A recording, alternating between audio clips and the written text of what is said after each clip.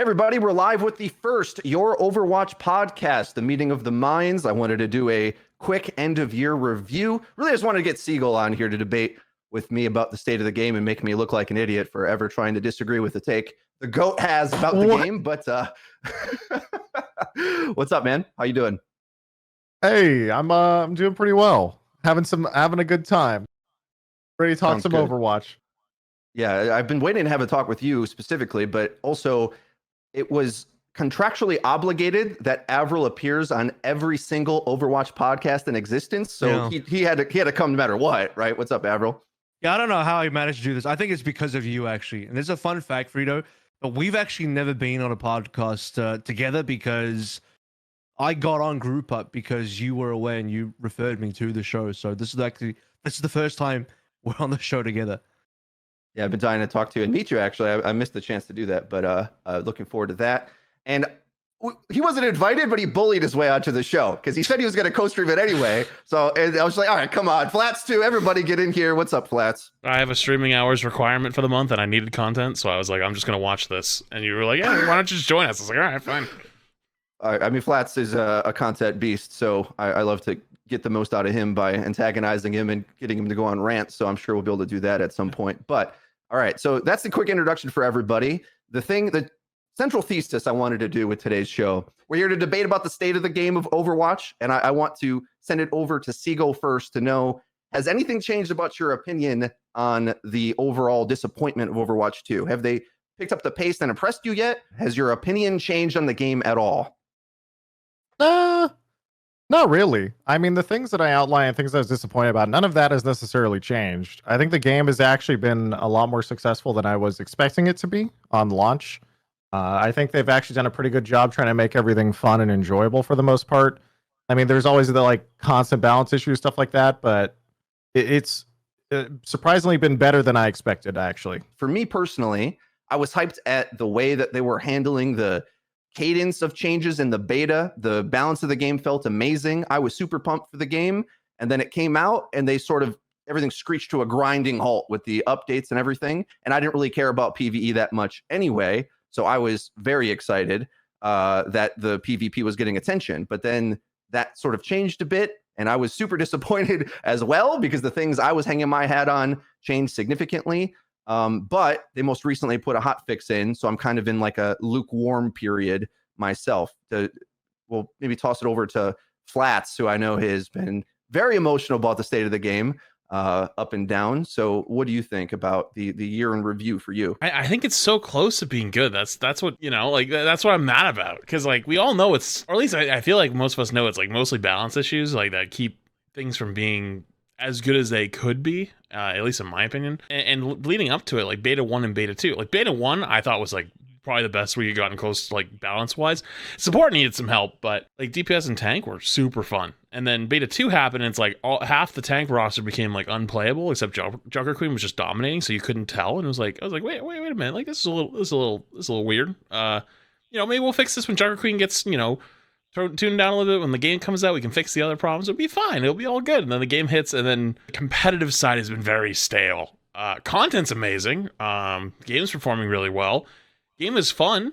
Quick play is amazing. I've been enjoying quick play so much. But just arcade and the Halloween event was awesome and a lot of that kind of stuff. It's just the weak link balance again. But the hotfix was nice, so I'm with you on that. I'm on the lukewarm kind of feel right now, at least. You know what's funny about beta 1 is that while I think I agree with you, beta 1 was super fun, it did feel really good, but there's a level of, I think, maybe rose-tinted glasses there as well, because people complain now about oh, Sojourn's so strong, she's still not nerfed enough, she needs more nerfs. It's do you guys remember how good she was in beta 1? Technically speaking, she was way better back then. Even alpha, she was unreal.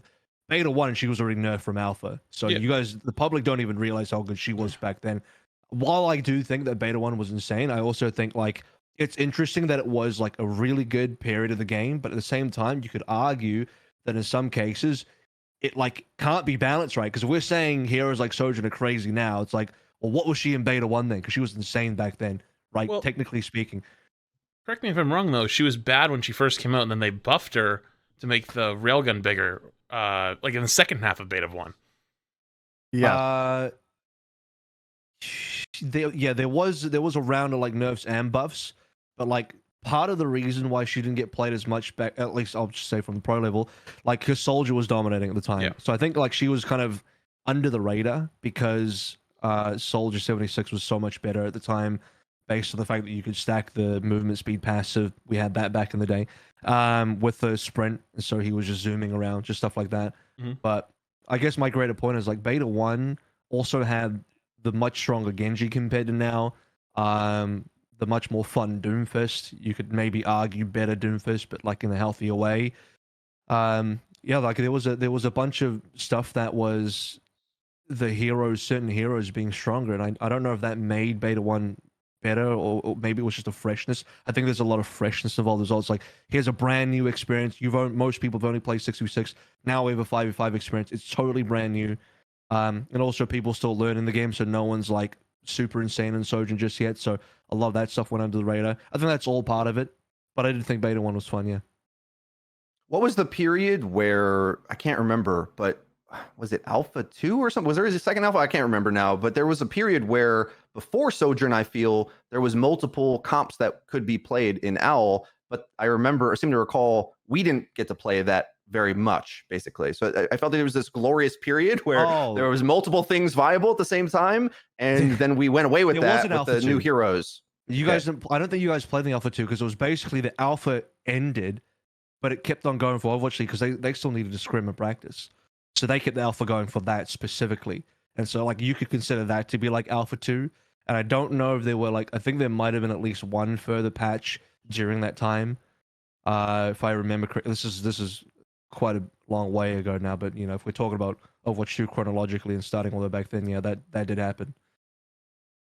Right. So a question I would have is, do we think that Overwatch 2 has performed better balance-wise than Overwatch 1 thus far? Or does it look exactly the same in terms of we have periods of really oppressive metas? I suppose the timelines are now crunched a bit. It's not like we have a year of a terrible meta, but in terms of at least my feeling for it, the, let's say, targeted hits and misses with directed patches of how they're trying to balance the game feels about the same, of the decision making being up and down and us not really knowing what to expect. Because of that period we're speaking about, when multiple comps were viable, that's when I had so much enthusiasm for the game, because I was like, oh, I thought this game needed bans to be balanced, but okay, I guess I was wrong, and they've got all these comps getting played at the highest level, but then add another hero here, add another hero there, not really sure how to balance it. It kind of went off the rails, and it's been pretty rough, especially with the grand finals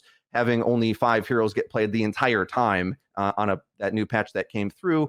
And then realistically, I think if we met like a week ago, we'd be even madder because the hotfix that came through, I would say, is like decent, but that's more of what I expect. I'll toss this to anybody. I do want to get Seagull's take at some point on this entire idea on balance.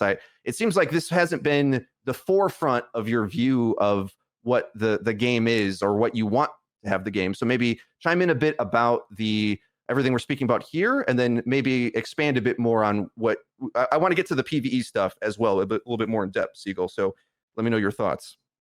I mean, is the balance bad?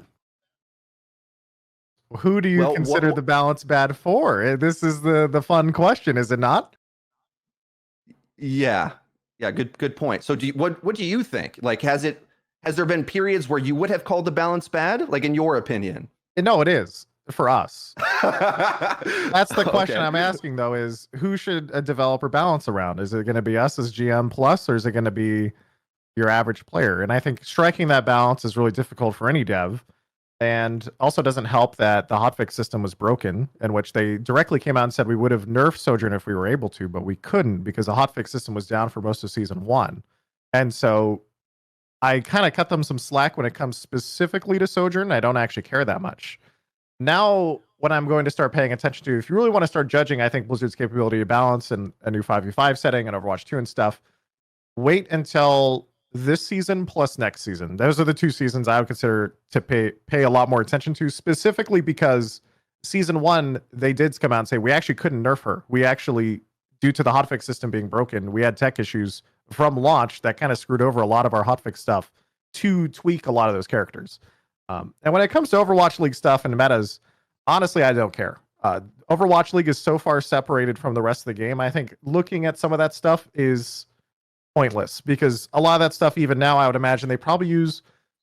I don't watch competitive Overwatch, and I haven't for many years. But I would say when it comes to that, they probably still play Winston Reaper Sojourn, Kiriko Mercy stuff, or Kiriko Lucio. All that stuff was very common, very popular. Still is probably stupidly good, but there's always going to be that baseline level of teamwork and cooperation that's required on a competitive level that you don't see every day on ladder.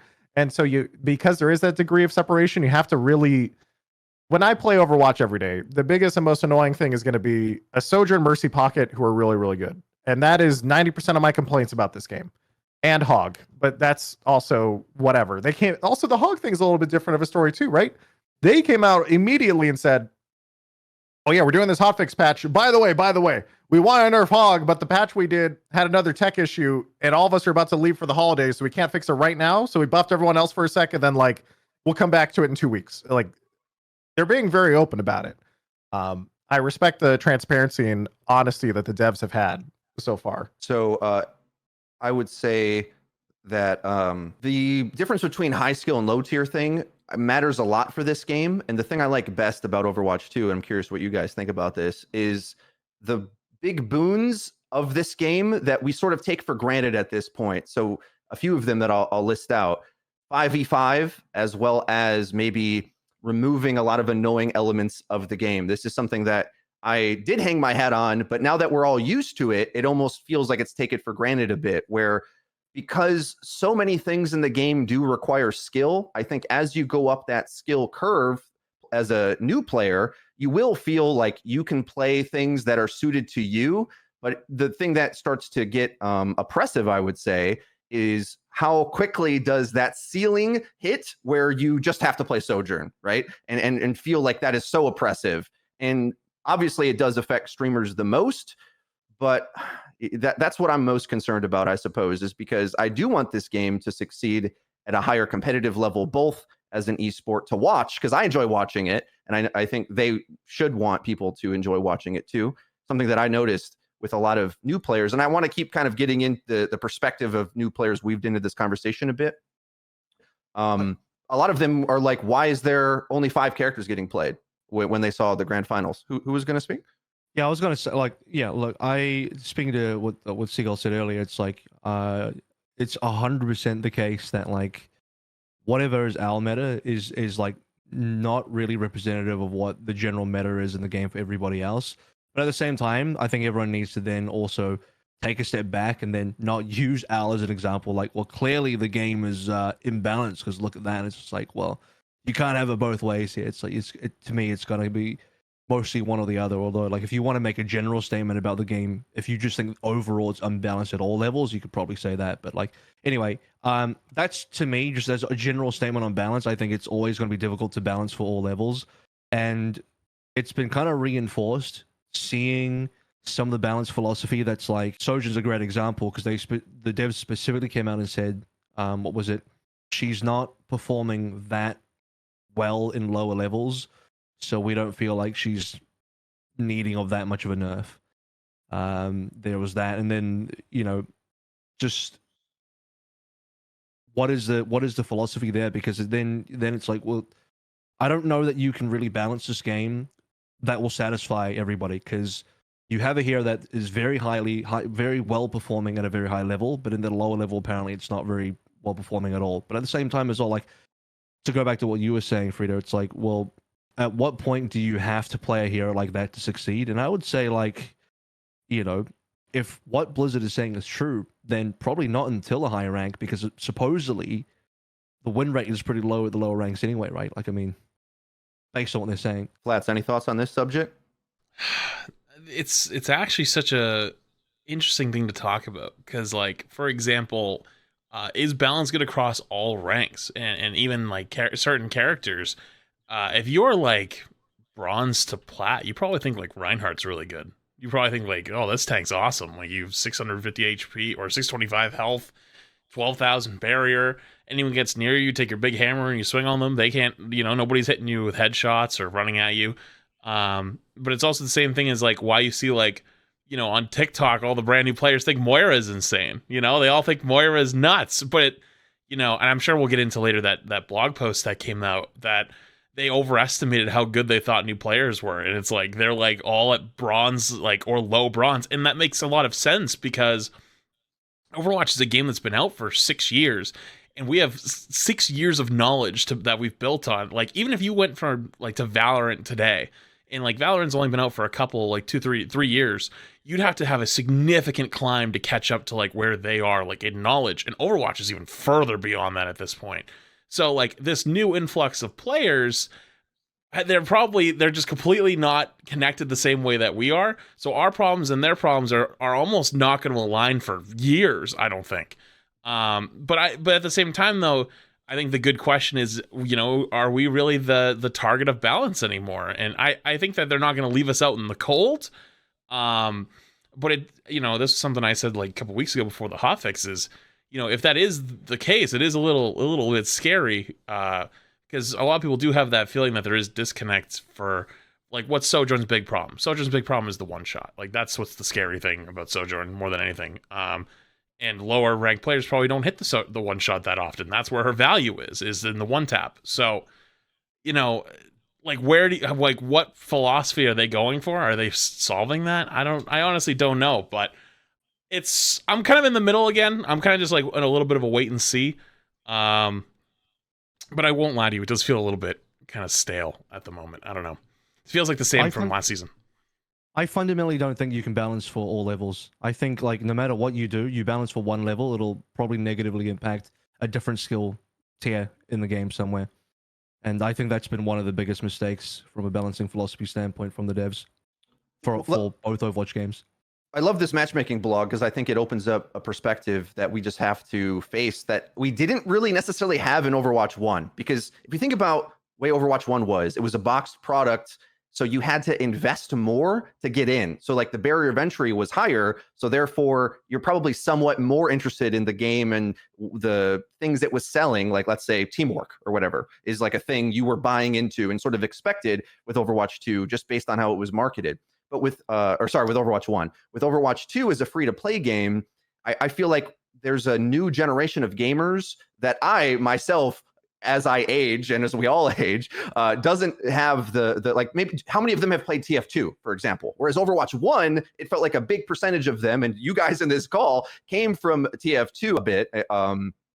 So there was a shared knowledge of what that kind of game was. Whereas now, I feel like we have a big player base that came from battle royales, specifically, you know, Fortnite or Warzone or things like that. Apex is another one. And rather than Overwatch 1 stepping into the military shooter genre to be like an update to TF2, Overwatch 2 is in the context of all of these other more single-minded player focused, where you're surviving against the world. Whereas in Overwatch, it's a hero-based shooter, as they say, in the team-based hero shooter in the blog. That's kind of a new experience for a lot of players. And what they explain in that blog, as Flats described, is that the weighting of how many players we have that belong in a skill tier is just lower than it was going to be in that more dedicated hardcore audience of Overwatch 1. And it's going to take a while for them to learn and figure out just simple things about the game, like let's say maybe regrouping or how to combo ultimates or how to counter ultimates or where to position, all of that. One of my favorite examples of this is when you saw someone like Dr. Disrespect play Overwatch 1, right? And he's as playing Cassidy, and it just like, why is nothing dying? And he's not regrouping with his team, and he's 1v6ing, and he's like, I can't do any damage. This sucks. What is this game? And he's used to playing COD or a military shooter like that, where you get an angle, have your little cover, and you at any point can achieve an elimination. Whereas in Overwatch, a lot of it is just timing and syncing with your team to have any effect. And as much as people were worried about Overwatch 2 feeling too shootery, as we have learned and how it's been balanced over time, there's a big hero shooter element and teamwork element that in order to do anything, you got to kind of engage with the game that way. And so you guys are really convincing me, I got to say, that I came into this conversation a lot more harsh on Blizzard and upset and saying, well, fix the game for us. But the truth is, as they're kind of showing us with this data, these blog posts as well, super nerdy. The thing that's a huge change as well, the way they're communicating about the game, pages and pages of dense information for us to look at that I'm thankful for. But that sort of changes the direction of what the game is and the personality of it, and something I didn't anticipate, because I really wanted the game to go free to play. So I was happy with all these new players coming, but getting them up to speed and teaching them, like, you know, maybe your Moira montage isn't as impressive as you think it is, as you posted to TikTok. So we can kind of talk about if I struck up any chords with any of you about like the player base that we have or how Blizzard can handle this. Does anybody want to jump in? I'll open it to the floor. I will.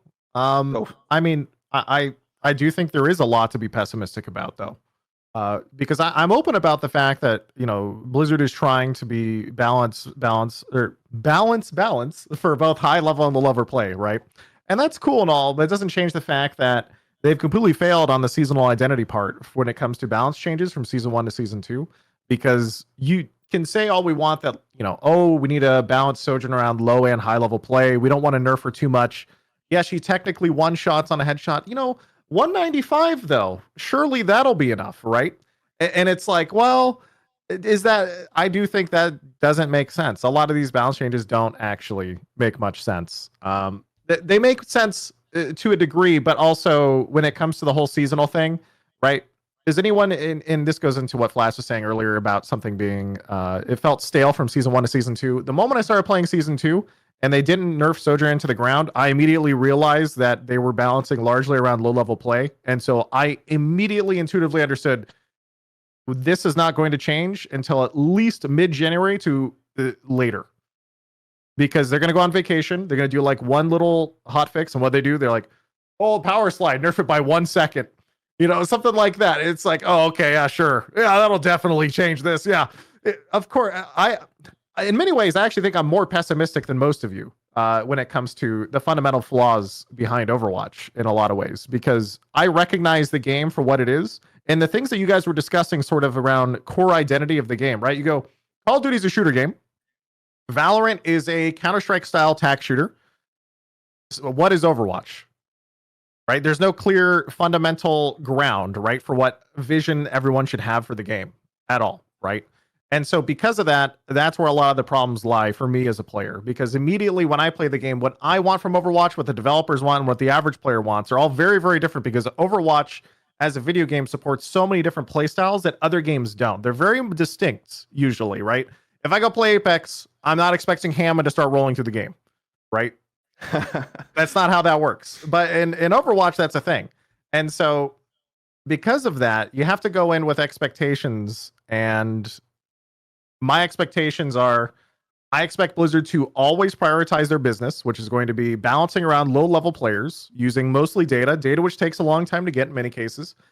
And so when, you know, when we started this show, you kind of asked me like, oh, has it been, you know, above or below your expectations? It has been above my expectations and how it's performing, but about what I expected in terms of balance. I don't expect balance. I was actually shocked that they even started hotfixing. Because when we first got started and they started doing the seasonal stuff, they said, we're going to do one mid-season patch and you're going to have one patch on the new season. And that's it. That's all you're ever going to get. And then now they came out and said, oh, actually, we wanted to actually do a little bit more. And I appreciate that. So, but as for the changes and, you know, the impact of those changes and everything else, I think they have missed the mark when it comes to a seasonal identity. In my view, there should be there's like a certain nuance here where, you know, you don't want to just nerf everything that was ever popular in the first season, but you do want to significantly tweak it so it doesn't feel exactly the same. And I feel like they've missed that from season 1 to season 2. That sounds a little, I don't want to put any words in your mouth, but that sounds strangely like balancing for the sake of balancing, though. In a way, it's like if you just want to like shake the boat a little bit so it's different. Is that what I'm kind of getting? Because there is also this idea of like, do you believe in a potential of perfect balance? At least the theory of it. I know in practicality it's probably not, you can't reach that, but the theory of like, if you could reach a perfect state of balance, then you actually don't need to touch the game further, right? Because hypothetically, if you've nailed it, you don't have to, the next season, you don't have to change it again. Because if the game is balanced, and let's define what balance is, I would define it as a state of like pure diversity where like everything is kind of viable, which again, this is so hypothetical because like we can't reach that, but as close as we can to that. If we got to that stage where, let's say we went back to beta 1 and it was super fresh and everything seemed viable, you don't really need to balance for the sake of balancing, no? Or am I crazy? Because like it does seem like when you're talking about identities for seasons, it sounds a little bit that like you want them to balance for the sake of balancing just to change the identity. I want Siegel to respond, but I'll just translate this a little bit. I think another way to say it is map-based meta. And then another point I want to add is they also add another hero. So that automatically changes things up. Right. But so with that context, Siegel, what do you think? And we'll have Flats go after that. I think I'm going to use Blizzard's line. Do you remember what did Blizzard say when they weren't patching near the end of Overwatch 1? They were working towards the sequel, right? Oh, okay. But also because the game was pretty balanced and they weren't adding content. So what were they going to tweak with balance patches on a regular basis? It's sort of what he's saying, right? But the problem here is the point of new content and continuous seasonal content versus nothing. If everything stays the same, you can actually balance it out really, really well. You actually can. If nothing is changing, you can fine tune it and refine it for like 6 months to a year, whatever, and you could actually get that down really, really well. They could accidentally get it too. Accidentally? Yeah, you could. Because I would argue, like, sorry for people that I'm going to make this reference, but like Mid-Season Madness tournament this year for Al was like one of the best patches possible. Huge diversity in meta choices, lots of different things were viable. It was like as almost close to perfect as I'd ever seen, you know, outside of like some other rare cases, maybe in Overwatch 1. So I'm saying like, you know, they could accidentally get there as well. But then obviously the beta 2 patch came out, Junker Queen came out, and it just ruined everything. I do want to make one very, very, and I think we have to keep making this, and I'm going to keep bringing this up over and over again, though, is when we talk about metas, we talk about all this stuff, it does not apply to basically anyone outside of the highest level of rank who are truly trying to get good and like go competitive. I mean, dude, I one-trick Symmetra for the last week and a half, and I got to like rank 20. Is that, if I could go that far, does that mean that Symmetra is terrible? Like, no. You could probably, you know what I mean? You could go very, very far with off-meta picks. And so when we get so focused on the nuanced takes and the nuanced discussion of Overwatch League or contenders or this or that, it's so difficult to talk about. And this is why there's always such a huge disconnect. It's just a snapshot of like, you know, if you push it to the limit, like, does it just get to like, no, you just refine it down to one thing. Because typically speaking, if it's like really stale at the top level, it's probably going to be stale elsewhere too. Well, let me moderate this real quick. I would say I agree with you, Siegel, actually. I mean, I think my whole channel is based on this exact point. So I will say for sure the ranked meta matters more, 100%. But I think we can say there is obvious ranked meta characters that are overly obnoxious, and Hog is one of them. Now, luckily, they changed the balance of some of the counterplay with him, but he's still pretty obnoxious for me anyway, and or at least my teammates as they peek him in a wide open angle and he gets free kills everywhere. So I want to know Flats' opinion on all this, especially because I know he's not a fan of Hog either, I think. So sorry to bring it way back. I just was very interested in listening because, you know, I haven't got to hear some other, you know, some opinions of people in this call. But to bring it back to earlier about the balance patch that came up, a little hotfix, you know, I actually somewhat agree that it's like, you know, it's scary though. I don't like it, but I agree. It's like, you know, maybe we aren't the target focus. But then you see stuff like in that balance patch, Orisa getting like hard buffed, and it's like Orisa is like gonna be that character that's going to destroy Hog. You know, like Orisa is going to be the person that shuts that down, and that is a fundamental change. Because like that's a fundamental understanding that Hog and Orisa are going to match up with each other, and with the new tank or with the new passive where you're constantly counter swapping, which I don't like, which we can get to that later. But you could, if someone walks out on Hog, I don't know, say like, you walked out on like Sigma or something. Sigma versus Hog is like not bad, but you could go Orisa and ruin that guy's whole day, and that's awesome. And like that kind of shows that like they're ready to like make changes that are like for that high level play, because I think you pick Orisa, like a lot of like the lower ranked players we're talking about, like at the beginning of Overwatch 1, or sorry, at the beginning of Overwatch 2 Season 1, that Orisa was really strong because she's really tanky. but she wasn't good because that's all she was. She just stood there until she ran out of buttons to press, and then she died. But now she has buttons to press and she kills things, so it's awesome. So it's like they kind of are balancing for low ranks, but then there's these like moments where it's like, wait, like Hog is still like really oppressive and sucks to play against, but it's dealable now. You can't deal with the Sojourn one tap across the map from the Mercy Pocket. Like that's just not fun. You, especially if you're a tank player or a support player, the only thing, like if you're a DPS player, you can go Widow or go Sojourn verse it and win the duel. Is that fun or is that like good gameplay? I'd argue not. But on like the support role or the tank role, you felt a lot of times hopeless. But Hog was like good at like if the Sojourn got close enough, right? You could kind of deal with her. But so I think that's why Hog and his survivability and a lot of things was good with it.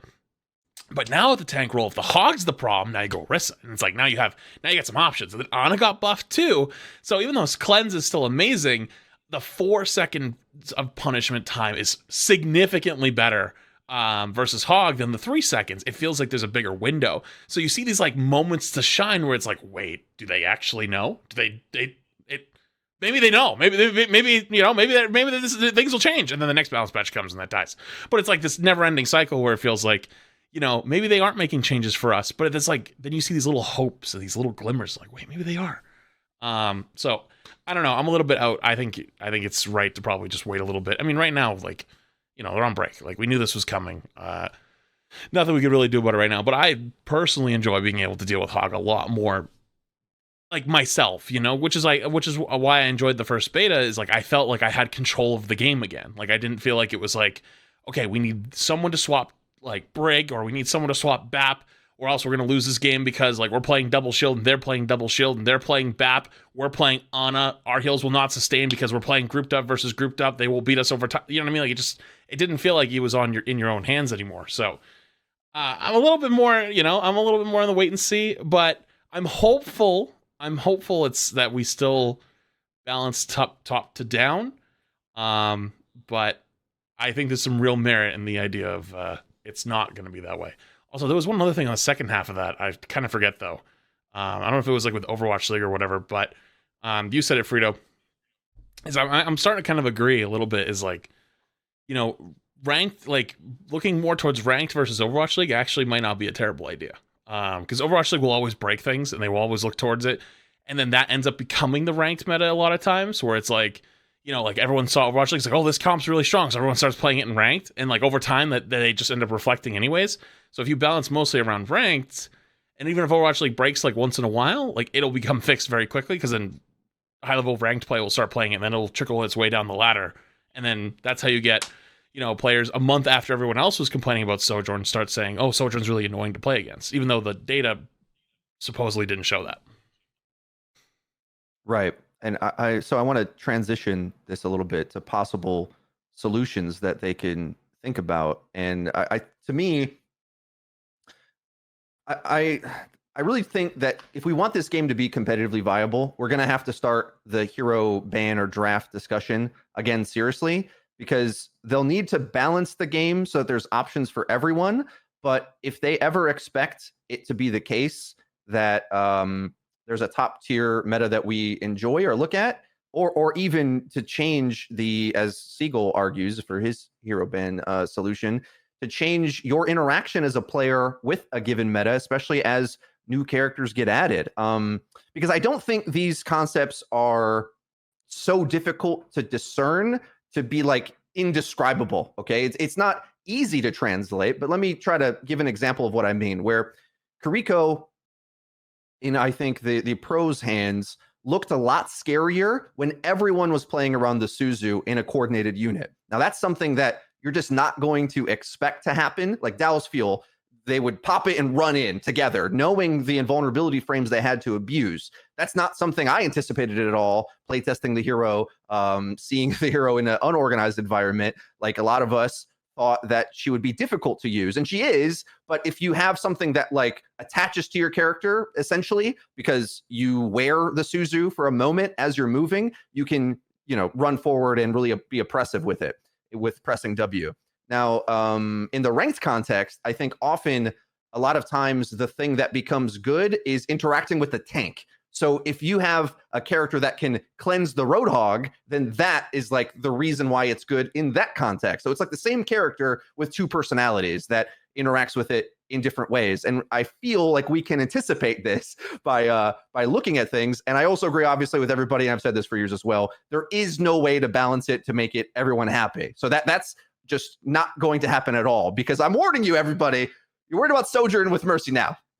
But I'm telling you, at some point, it's going to be Widowmaker. Like we knock Sojourn out the list, and a couple meta swaps away, there's going to be another hit scan that creeps their head out of the woodwork, just based on how the cover of this game works and how strong headshot and crits are in general. At the higher tiers, when you have a character that can do that, one of the hit scans is going to be dominant, I swear, unless we're just in like a full rush. Something protects you enough.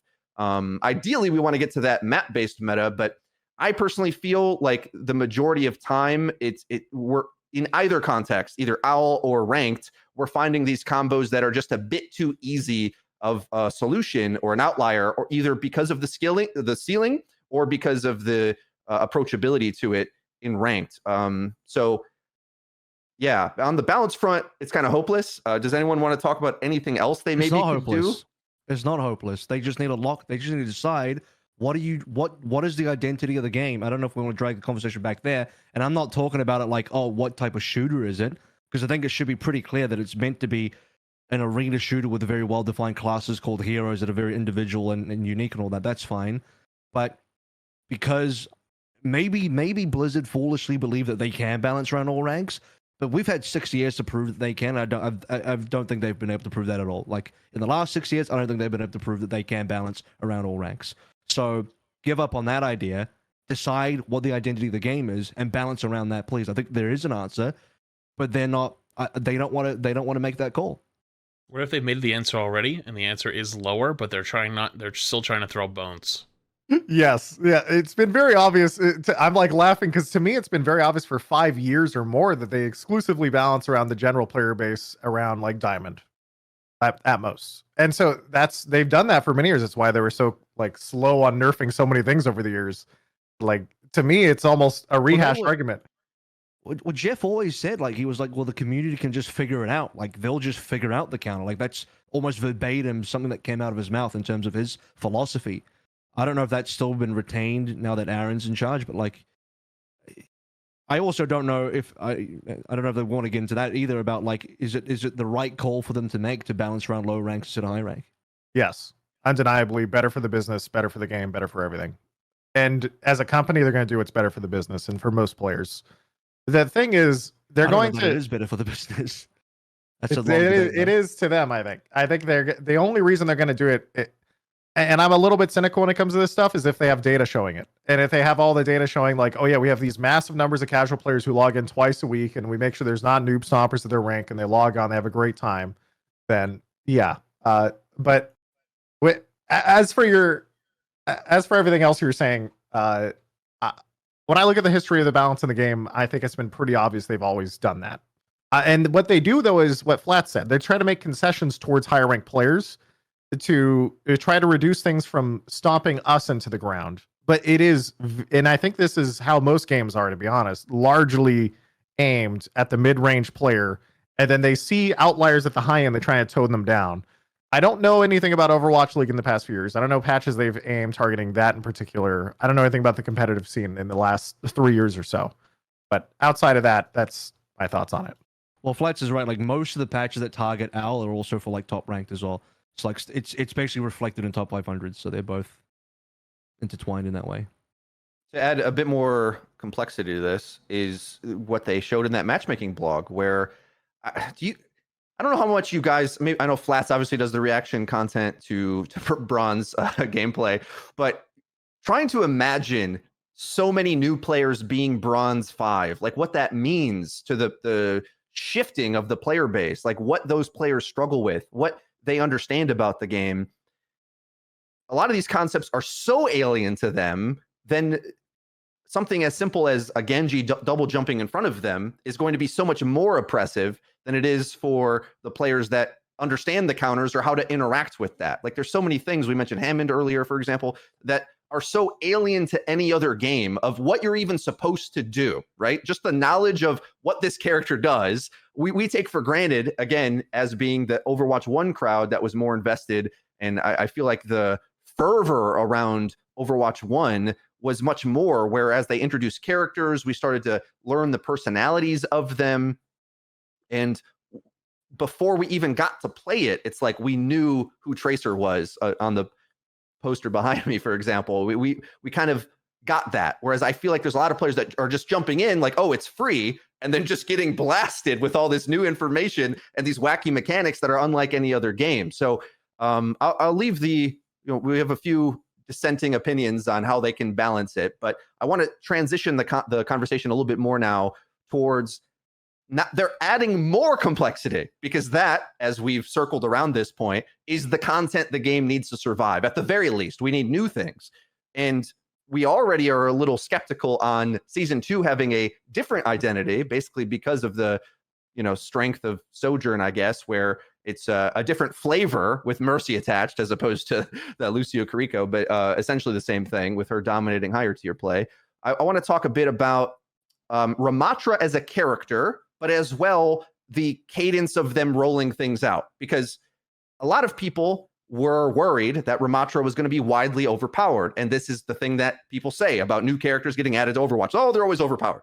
This is like a super balanced character, so much so that maybe he doesn't dominate the conversation of giving the season a new identity. And my question is to everybody, should they maybe push it a little harder in order to create that mix-up appeal? Like, would it be better to, this is how I say it anyway, rather than reorganize the matchups of the rest of the game, I'd rather they focus a bit more on that new element being something to worry about, like a threat or something, and then we re-understand the game in totality around it. That's the crazy thing about Overwatch, and at some point, we possibly might have to have the conversation about hero swapping being so complicated, but because the game is built around hero swapping, every time they add a new component, that's like another threat that you have to think about in the totality of every match. Whereas in a draft game, it's like you kind of have different roles, but at least you can wrap your head around what you're going to deal with in that game. Even with like 100 characters in a MOBA, like you can, as you're going through the draft phase, you think about, all right, this character can do this, blah, blah, blah. There won't be a surprise new mechanic that they just swap to, and then all of a sudden there's a new thing you're dealing with. Like, it's discrete in that way. Okay, so I hope I laid the foundation for that. I'm trying to remember the speaking order at this point. Does anybody want to volunteer for responding to the seasonal identity problem or Ramatra as a hero? I think I have an interesting one on that. So basically, for the last part, before I talk about the seasonal, like the feel, is basically you're suggesting like you release a gigabuffed character and then scale them down type of deal. Well, better than being like meh, I'd say. Bro, that'll create some problems. The general casual player base would freak out about the whole free-to-play thing. They would freak out. Marketing-wise, it might not be a bad idea, though, because, like, if you get everyone talking about how broken this character is, and then you have a second patch, like, in reserve, ready to go, and then, like, you release it, it's like, ah! And then they, like, nerf it a week later, and then they're like, eh, like everyone becomes, like, a little bit more happy about it at that point. I don't know, like, if that's, like, that's a strat you can go with, sure, but, I think that, the idea of the model, I honestly don't think Overwatch, for at least a casual side, is in a big problem with that. I think that Ramatra was fun and new, definitely underwhelming, but the hotfix made him a lot better and it made him a lot more fun. I actually think he might be a pub stomper in like the low ranks. Like, he's just going to be impossible to deal with because, for anyone who didn't see the Emon clip like last week on Twitter, it got like 400,000, 500,000 views or something like that, where they just basically sat there looking at each other, blocking the entire time. It was awesome. So like in the lower ranks, like you're going to probably have a lot more of that type of stuff. In the higher ranks, I mean, I haven't played a lot of ranks recently, but I played against Ramatra today, and I just bullied him the whole game on Orisa. Like he tried to walk at me like 6 times, like, nah, just javelin. He pulls out his arms, just like spin spear, fortify, javelin again. Like, what are you gonna do? Like, you can't do anything against me, But in the lower ranks, I think he might, that ult might be even almost too strong versus them. But long term, I think it depends. I think things like the battle pass being really good. I think the cosmetics being really good. I think that having like events, like if there's more Halloween type stuff, like stuff for people to do, like like content for them, I think it's going to be more than fine. It'll get boring and repetitive for us, and especially the meta like didn't change for us. But I'm sure when Ramattra hit ranked, like there was a lot of people who probably queued up Ramattra in a lot of the lower ranks. Even in the high ranks, people played Ramattra, probably figured out that Hog and Orisa were a lot better really quickly. But yeah, I don't think that the seasonal model's in too much trouble yet. I'll give you the balance side, absolutely, but I actually think that content-wise, I think Overwatch is set for like at least a few years. We haven't hit PvE yet, you know? Like imagine a world where we get Hero, and then the next season where there's a map, you know? Like what if we got some new PvE stuff with that? You know what I mean? Like what if they had more PvE stuff to release to us? So instead of a new character, we got some PvE content and a new map in the next, like, whoa, like, yeah, we'd have content for weeks, like, yeah, at that point, and a casual player for months. So I don't know. I think seasonally, I think we're okay. Meta-wise, in like each meta in each season having a different type of meta, absolutely needs some help. Seagull looked excited to jump in there. You got something to say? I mean, I'm trying to. There's a lot of parts of this conversation that we're going through right now. Yeah. Sorry. Or maybe I would say, bit. Yeah, this is let's go totally bit by my bit. fault. So bit by bit would be, I think when we're talking about complexity, new characters being added, balance, stuff like that, and we're talking about specifically new players. I think what a lot of people don't realize about Overwatch and new players being Bronze 5 and stuff like that is just that there's so many things in Overwatch that are a knowledge check. You just have to know what it is or else you die. And so an example of that is Ramattra's ult. If you don't know what that is, you're just dead. If you don't know what a Cassidy is, you know, it's like, what is that character? And suddenly you just like, oh, what is this? And then you just go boom, right? You know, there's so many things like that in the game in 20,000 different ways. And then you slowly figure that out because Overwatch has so many sort of, you either know it or you're dead moments like that. And so because of that, I don't think it's surprising that newer players are really bad because how could you not be? Like you have to learn so much. There's such a high barrier of knowledge you have to play the game. But as for all this other stuff, yeah, it's not. A lot of it is you have to learn it as you play. There's no other way to do it. You learn the situation and you're like, oh, that's a diva bomb. It could kill me from really far away. Like, oh, okay. You know, what's the first time you guys remember seeing a diva bomb? You're like, oh, you know, stuff like that. Like, wow, I was really far. Before you switch subjects, yeah, go ahead. I was just gonna say, how many people do you think know that if you roll on Cassidy with a pulse bomb, you could survive? No, not many. Not many. Yeah, there's a lot of stuff that is not very intuitive to new players, like the 50%. It might be the 30 or 50% DR that you're talking about. High noon is 30. I think the roll is 50. Yeah, something like that. I forgot he retained that. Yeah, I forgot about that. Yeah, I it's not available. But I forgot he kept it. But if that's another knowledge check, right? You get pulse bomb in your cast, and you know you can roll it. You're going to survive. If you don't, you're dead. And that's another example of. And most people, even high ranks, don't even know that. So because they don't remember every specific patch note, or they don't remember every specific nuance interaction, or this or that. But as for the content and the seasonal model stuff, that's like a whole different discussion. And I will say that we don't know anything about PV, so speculating on the quality of that is pointless because we don't know anything. And so it could be, what if it comes out and it's just complete trash? and then you're sitting here like, oh, it's going to be great. I think, no, you don't. You actually don't know. You don't know anything. And we don't know any of the mechanics other beyond just the Halloween event. And the Halloween event's great, but we don't know. I mean, the minimum requirement, the minimum expectations, at least like what we had in Overwatch 1. Like, it wouldn't be below that, because we've at least had that as a baseline. So I think that would be like a safe assumption, at least. I'll return to the PvE thing. Avril, if you have more on the first point that was made, you can go. And then I just also wanted to add as well. It was like we've had like 5 different points brought up. There's a lot. Well, the complexity of the game. So like maybe we can give Blizzard a little credit here, because it was pretty controversial the first time user experience gating heroes off. But I think in hindsight, with that data that they're showing us, they're almost justifying it, I feel, because I wouldn't have guessed average players are bronze 5. Like if you asked me this, I would probably guess gold, maybe. No. I think I would have said closer to silver, if not towards bronze. I mean, like Seagull said, it's a massive knowledge check, and that knowledge check will only increase as more content's added to the game. because it's not just knowledge check in terms of heroes. You have to know map design as well. If you want to really succeed, you got to know where the health packs are. You got to know where to push, where the angles are, where you can be approached from and flanked from, all that kind of stuff in different maps as well.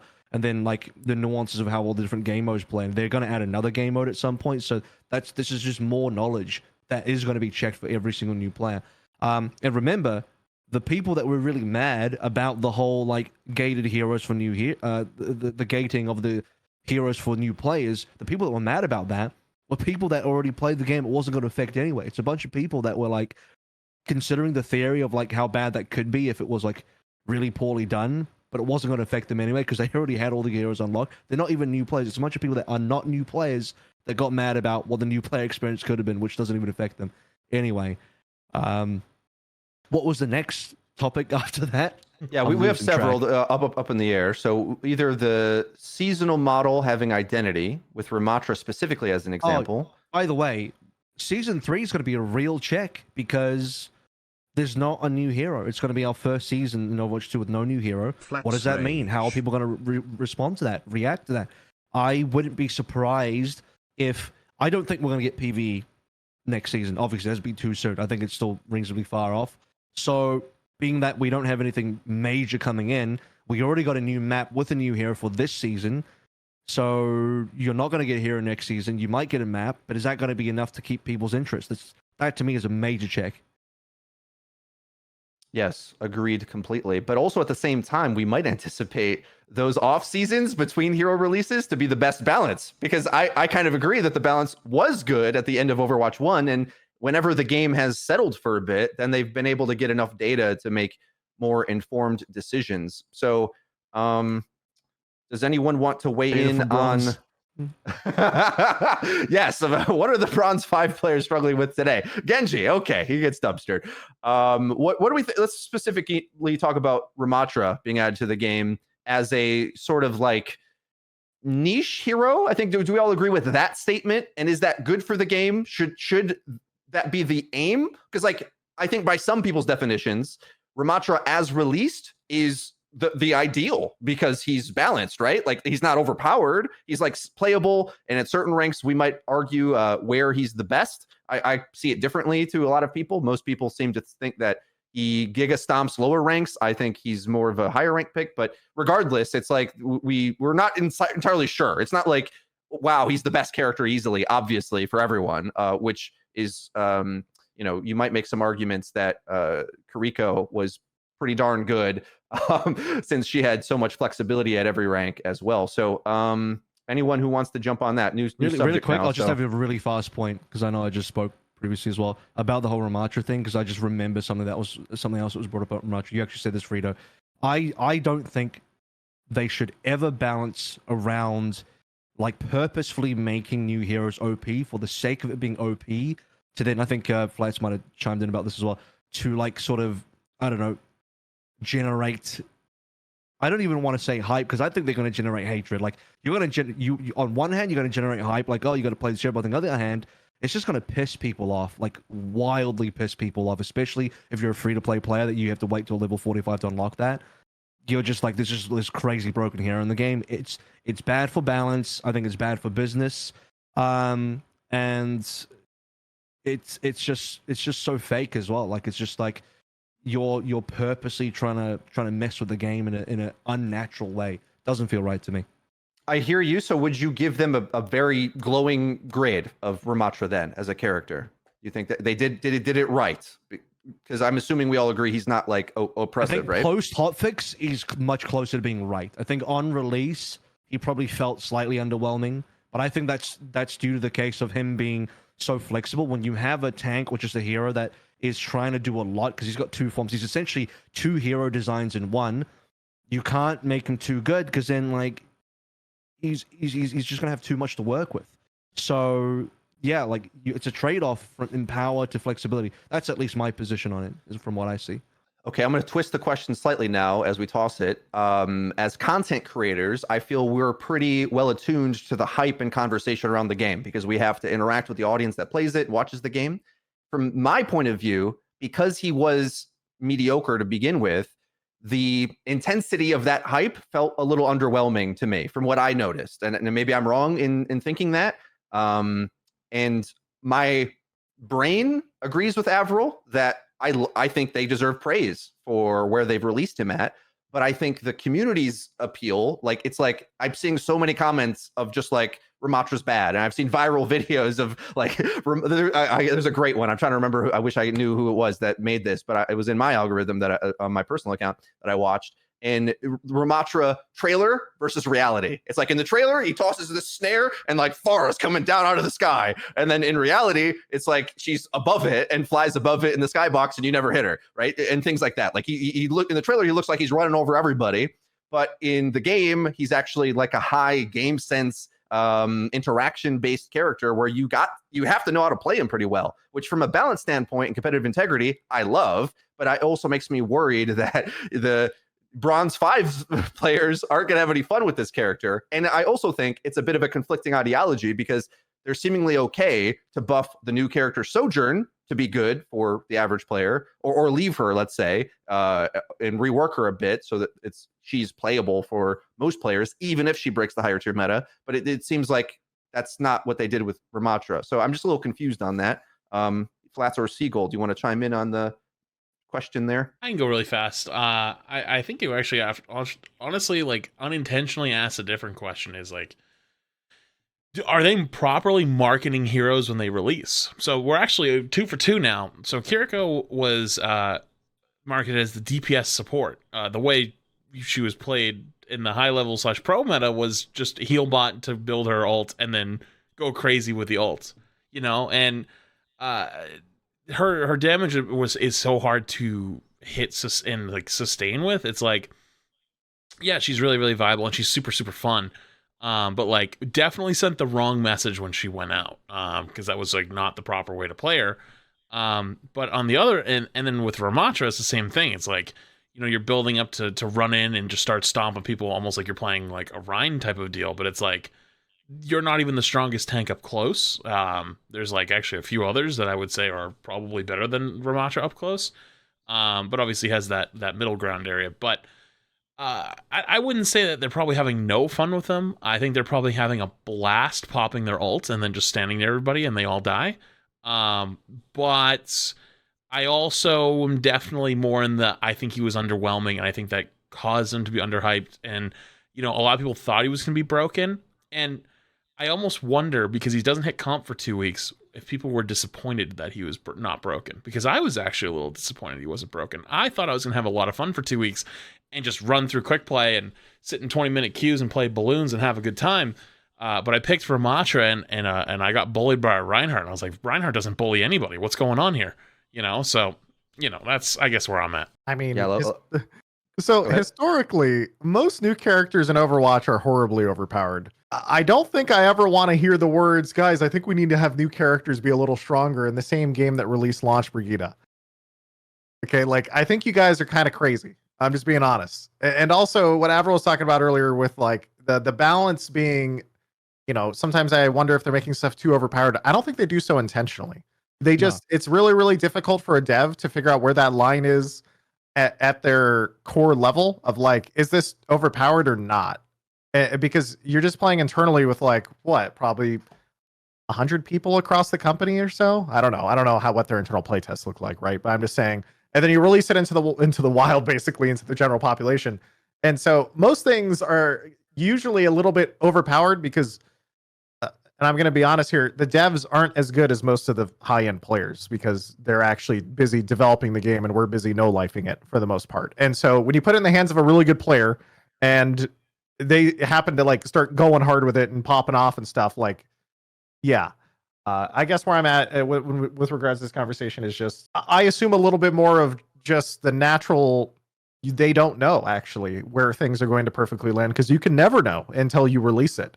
And so it's usually easier for devs, and this is true almost in every game I've seen, like Valorant, League. I've seen like a lot of games. New stuff always comes out, and it's always a little bit overpowered. And it's usually because it's not because they're. And a lot of people will go the intentional side of things, like, oh, you know, I wonder if they're intentionally doing this to like amp up the sales and do this stuff. It's no, because those people aren't even in charge of that stuff. They are just. It's easier to find the place of something if it's slightly overtuned and then tone it down than if something is underpowered and like try and buff it in a lot of cases for devs. And so when it comes to Ramatra, I mean, I don't know. I feel like you guys are saying that maybe he wasn't as exciting, and I felt like he was awesome to play though. You ran around, you had a great time. His voice lines are awesome. The feeling of playing Ramatra is awesome. And as for whether or not he's good or bad, I mean, he wasn't that great on launch. So they just buffed him and gave him move speed, which is probably one of the biggest buffs they've given. So I'm not too worried about Ramatra. I think he'll have a place and he'll be fine. And I would rather them come at characters like that for my general sanity than go through stuff like Sojourn and stuff like that, where things are released totally insane and you're just like, oh God, why? And then there's also the other part of this too, which is Ramatra inherently is a character who doesn't have mobility. And so because of that, he is inherently a character that's always going to be a little bit niche, right? You're not going to see Ramatra probably played on stuff like Second Point Dorado or something, right? With tons of verticality, tons of long sight lines, stuff like that, because unless you're like hard deathballing somewhere, it's probably really hard to make that character work. And so I think it's fine that they add characters without that level of mobility and stuff. There's a lot of mobility creep in the game though, especially for tanks. And I think that adds to his like feeling of underwhelmingness, because like most tanks have mobility in the game. And when you release a tank that doesn't, it's just like, well, especially when he's got like a very melee-ish close range form. I felt like most people thought that Nemesis particularly was the underwhelming part of his kit. But I'm also on board with you. Like, yeah, I don't think the devs purposely, and I think this is true for almost all games, they don't purposely try and make overpowered stuff in the new content. It's just almost, so for some reason, it's just accidentally that way all the time. They just underestimate, I think, the player base sometimes or all the time.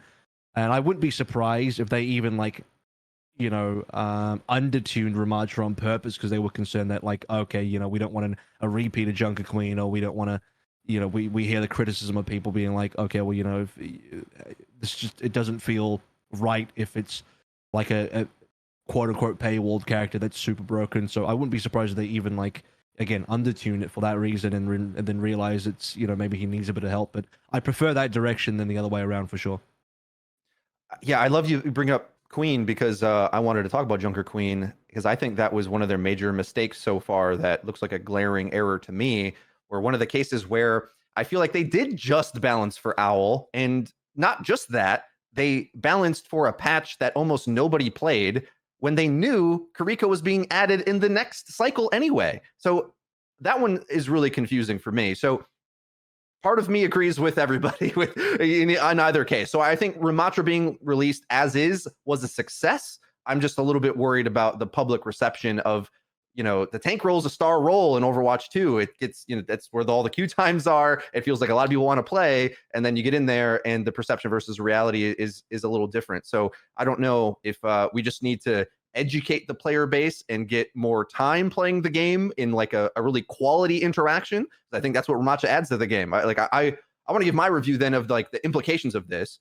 We've said a lot of things that I think like we don't take time to appreciate from the game, where like Flat said, wow, it looks like Rhine is viable against it. And it's like, well, hold on a second, Rhine, like this is so what they did then with that content release was add a new element that has like some strong matchups, but then made characters that were dead in the water against most other things good. And I felt the same. Like I'm a bit of a Wrecking Ball specialist personally. So playing Ryan or Wrecking Ball, these engaged characters that are more controlling the front line or running in deep. Those are the characters I like to play most as tank. And they're great against Ramatra. I'll tell you what, though, the way we know if he'll ever be played on Dorado streets, for example, is if they turn the snare into the power level of Orisa Halt, maybe, where you're like, when we have seen Orisa get played in maps where she shouldn't have been on attack in Overwatch 1 was when the power of being able to go grab things out of position to negate the fact that you can't move or be too sustainable in her own right. So I think because we're not dealing with those problems, and instead Ramatra is like this multifaceted character that has bits and pieces of these ideas and isn't breaking the game, that's a huge win for me. But I don't know if it succeeded in creating that seasonal identity that they're going for us anyway. So I think I'll let the point stand that maybe for the casual player experiencing it, that's enough, the new content and all that. So I'll switch topics if we want, unless anyone has something to say about everything that was just said. Any final thoughts on Ramatra, the seasonal model, anything like that? Nope. Good. Okay, moving on. Expanding now on the seasonal model, we know what we're getting. We're getting new maps, new characters. I'm anticipating the next season to be better balanced, let's say, hopefully when the devs come back. I want to know, based on what we can know so far, which is very limited, about the PvE, what are our expectations in terms of what we want to see? And what do we expect them to need to do? Like, what bar do they need to hit? Because I feel I can elaborate on this at length about PvP because I understand it really well. I'm like, well, release new things, hot fix quickly, like make informed decisions. I want them to be a bit more proactive. Okay, boom, boom, boom, boom. That's what I want from PvP. Can anyone maybe jump in? And I'm hoping maybe the PvE guy has some opinions on this. I know you want to be in wait and see mode, but especially like, I assume some of you have been watching the talks about Diablo 4, for example. So that's like a new PvE type game that they're releasing that's kind of setting a benchmark, I feel, and knowing how Blizzard works internally somewhat, I bet they're going to want to have a bit of a unified form in terms of expectations of what their new quality standard is for these releases. And we can't like one-to-one compare because one's going to be a live service with a big launch and ours is going to be a seasonal model rollout over time. What do we think they need to do? Like, what experience should we expect for it to succeed? Now, they might underdeliver, but what bar do we want to set for that? Seagull, anything on that? All right, you can go first if you like. I'll just say it's got to be replayable minimum. Okay. Like super replayable. Like it can't be like one and done. I play the campaign, I'm finished, I don't touch this again. It's got to be very replayable. That's all I'll say for now. I mean, doesn't it just kind of... It depends on so many factors that we don't know. Because when I think about the PV side of the things, I think about the fact that they essentially had to do a 180 and turn around and work on PvP again just to get something out the door. And so I kind of wonder if they just gave up on it still. You know, no matter what they say, I don't think their ambition and the scale of what they originally had planned is going to be the same. I don't. What I expect is what we got in the Halloween event, plus maybe some more replayable elements behind the scenes. But the initial plans and the initial ambition behind that game, I don't think that's ever coming back. Because I think the moment that they turn around the bus and they decide to go free to play PvP, we need to get something out the door. We're wasting too much money on this. You don't, I think, get to fulfill the original vision anymore. I think you are compromising at a certain point. And I just don't see it. I think it'll be the original vision would have been subscribe. Merry Christmas. I mean, what it sounded like was a full PV side of the game, and that they were willing to abandon PvP Overwatch for the last 4 years to build it. And that was basically they wanted people built something because they've been working on it for 4 years. They built something. That stuff takes longer than 4 years, but that side of things would have been like full in game, full everything. You're leveling every character as it gets launched, full in game gearing systems, talent systems, creating builds, and probably raids. Right? Like you're going all out, and that is, I don't see that ever coming back. And so I think it'll probably be a toned down version of that. They're going to take the missions, going to take everything. And you're going to have what happened during the Halloween event. They're going to have scores. They're going to have stuff like that. And they'll probably give it to you on a seasonal basis and instead do the seasonal basis stuff. And you'll just get a compromised version where you're going to play it and you'll be like, this mission was really nice. You're going to play a cool campaign. And then maybe it'll have some elements of that, but I don't think it's ever going. I mean, it might. You never know. It won't come out all at the same time. I think it's achievable. It'll just have to be a slower rollout. I think I'm trying to remember where I saw this, but there was a commitment that they wanted to bring that out. But it's more like a rollout form. It wasn't just like, here you go, here's a boom, here's your PvE dropped, everything we've worked on the X amount of years that we've been worked on just all at the same time. But like to me, most of the vision of what the PvE was based on what they even revealed originally at BlizzCon, I think is fully achievable. A full campaign, level up characters in their replayable mode. I'm just trying to remember what it's called. It's like the adventure mode from Diablo 3, right? Do all of that with the talents and all that. I think that's like, yeah, it's a reasonable undertaking, but what the hell else have they been working on? Because they only worked on the PvP in the last year, and I don't think the free-to-play changes that much. Like, you can still roll out all your PvE plans through a free-to-play game. Like, what was the alternative? They were going to box Overwatch 2 and sell the PvE as another box copy. For me personally, I think the game was always going to be free-to-play. Like, that was always part of the plan. They were always wanting to do that. And, you know, that's even from stuff I heard behind the scenes. So I'll probably stop there so I don't accidentally leak anything. But, like, yeah, to me, PvE with free-to-play was always part of the plan. Like, that's by design. That wasn't an accident. Let me try to see if I'm understanding Siegel's point. Who's trying to get in there? Go for it.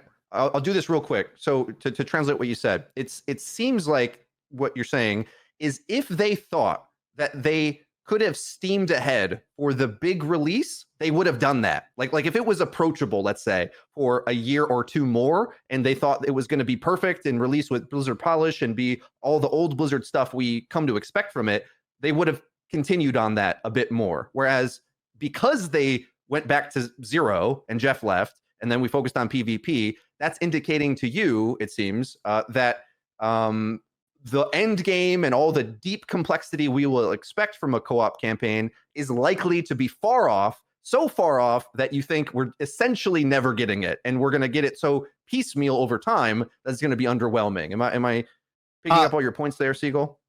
You're getting close, but I'm actually more pessimistic. I think actually you're probably just going to get some nice PV campaign missions that are going to be in like a $20 battle pass instead of a $10 battle pass. And I think you're probably going to pay for it season by season, yeah. And then eventually you will see elements of that PV stuff, like it'll pop up, but I don't think you're ever going to get the full experience the same way that they wanted it to be. I think you will get pretty far though. It won't be bad by any means. But there's a difference in what I believe their initial ambition was versus what we'll probably end up getting. And I think what we're going to get is a souped up version of the Halloween event. And what I played, I really liked a lot. I really, really did enjoy it. And add some levels, add some builds, add some talents. On top of that type of gameplay and a general scoring system, we call it good. And I think that's probably what it's just going to be.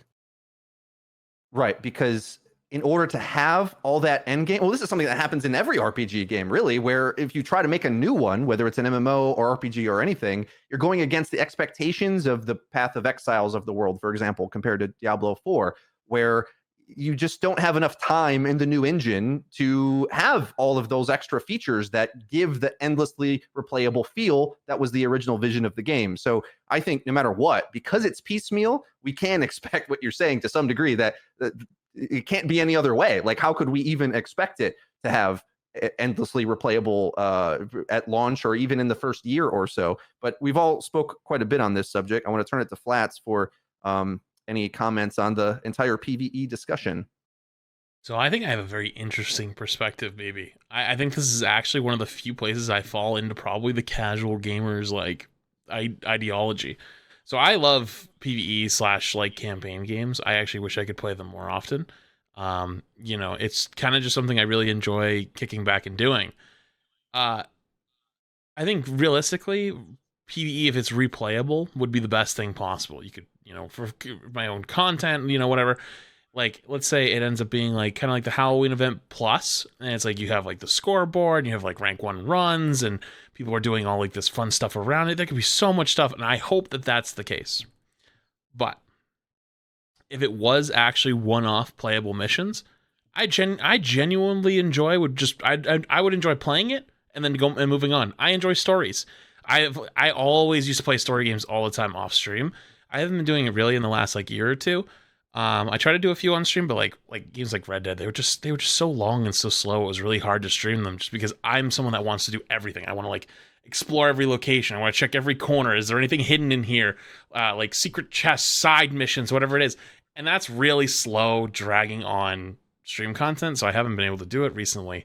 And also sometimes there's some backseating and stuff like that, but not the point. Point is, though, if it was really enjoyable, like a one-time experience, I would still be happy with it. I would enjoy it. I would have a good time. Would it be worth all the wait that we put up with for the years? Absolutely not. But I would still have a good time with it. So I honestly just look forward to PvE no matter what it is. I hope it's something more where it's replayable and we can really do some stuff with it and have a good time. But if it's not, I actually don't think I would be that upset. Avril, you seem to be pretty optimistic about Blizzard's capability of eventually getting the PvE to where it needs to be. So, would you say it's because you're like, do you agree with the point we made earlier that the scale and scope of it is going to be minimal? Like, first of all, step one, and then two, like, is that up your alley? Do you think the general player base will like that, or does it need to be bigger and grander to have the impact the game needs it to have? I mean, I just think if they can get most of the way to what they revealed at BlizzCon in 2019 and what they basically, even on the BlizzCon lines of what they've been working on and what their direction for it, which is the minimum PvE experience, in my opinion, has got to be whatever the full story campaign is, into the replayable missions with the leveling up and the talents. If they can just get that out of the way and just have that, like, it doesn't even have to be like a ton. It doesn't. Here's the thing: because it's scalable, your campaign doesn't even have to be long. Now, that would be pretty disappointing if we waited all these years and the campaign wasn't even super long. But like, my overall point is they can add to that over time because it's a developing story on a free-to-play model game, which is always evolving. And if you're assuming that, you know, for a free-to-play model game, it's meant to be super. Meant to have a lot of longevity. It's meant to be going for a long ass time, if not forever, like a League of Legends type game, which is 10 plus years. Then you have a lot of room, a lot of time to add in more missions, expand that campaign over and over and over, and for the replayable missions as well for the leveling up. Yeah, I mean, like, you can always add more missions to that as well, more variety there as well. So for me, if the base skeleton of the PvE exists on day one of whatever the PvE is, and if there's room to scale that forward to add to it in future, then that's all we really need. So to me, they would achieve the goal already if they just like got to that level. So I don't know if that's like optimistic, but I think that's very achievable. I just think that's like, especially with the amount of time they've already worked on it, that's like that should be achievable. Why should that not be achievable, right? Interesting. I want to make some analogies here, maybe to broaden Wait, our. can I hop in real fast? Go ahead. I was just going to say that I think we're actually on the same page when we're talking about that. I just think that and what you're describing is different from the original thing they set out to do. And the original thing they set out to do was a lot more ambitious than just that. But now they're just packing it up in that seasonal model, and they are just going to, and it will be good though. I think I don't understand what the original model is, because that maybe we have a different understanding of what the like original plan was. Because I think from your perspective, it's a lot bigger, and maybe I've missed something. It kind of just felt like this wanted to make a full PvE game. Like, just straight out. Like, this wasn't going to be a seasonal thing. Like, no, they were just making Overwatch Destiny, is what it kind of felt like. That was my impression of it. I mean, I think they can still get there. It'll just take time. Like, Destiny wasn't built, like, you know, look at where Destiny 2 was compared to where Destiny is now. It's like, you are correct. It takes a long ass time to build PvE content. And even Destiny couldn't arrive at where Destiny was until they had several more years post-launch development. And that's what PvE ends up being. So whatever our PvE looks like, it's going to still need several years of post-launch development. I think it'll be, to be like very clear here. Like, actually, the thing I'm still in, like, I'm pessimistic about monetization and some other like big topics, right?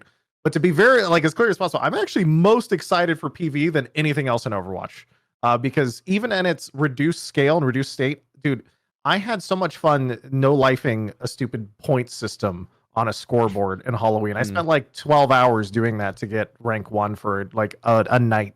That was really cool. And so to have, yeah, for like an hour before someone beat us. Yeah, exactly. But it was cool, right? And so realistically, I'm just arguing a very specific nuanced point of like, I think when they originally set out to do this 4 years ago, it was much bigger, and now they're toning it down, and I am disappointed in that. And that's why I did that whole video about it, like, you know, at launch and stuff like that. But now I'm pretty confident what it's going to be and what the scale of that's going to look like. It's what you said. I think it's just going to be souped up Halloween stuff plus the campaign missions, and then as seasons go on and as we progress past what they've already built with the campaign will and the story will continue. So that way in season 10 they're probably still, or season 15, season 20, whatever number, I don't know what number we're talking about, they're probably still releasing stories to keep people interested in the lore and everything else, and that way it fits in the live service model. And so yeah, anyway, that was it. Sorry, go ahead, Frito, I cut you off. No, great. That's all great. You gave me a lot to work with there. So Netflix releases shows all at once, okay? And you binge them and you get through the whole thing. And it's a bit of a problem for content in some ways, because the old school broadcasting model, you might get feedback on a character that's performing poorly in your audience testing and rewrite them and change it. But if you do the binge model of it all comes out at once, then you're not really able to steer it in time, and it's kind of got to be perfect on release, which is, I think, as well part of the reason why they needed to delay it.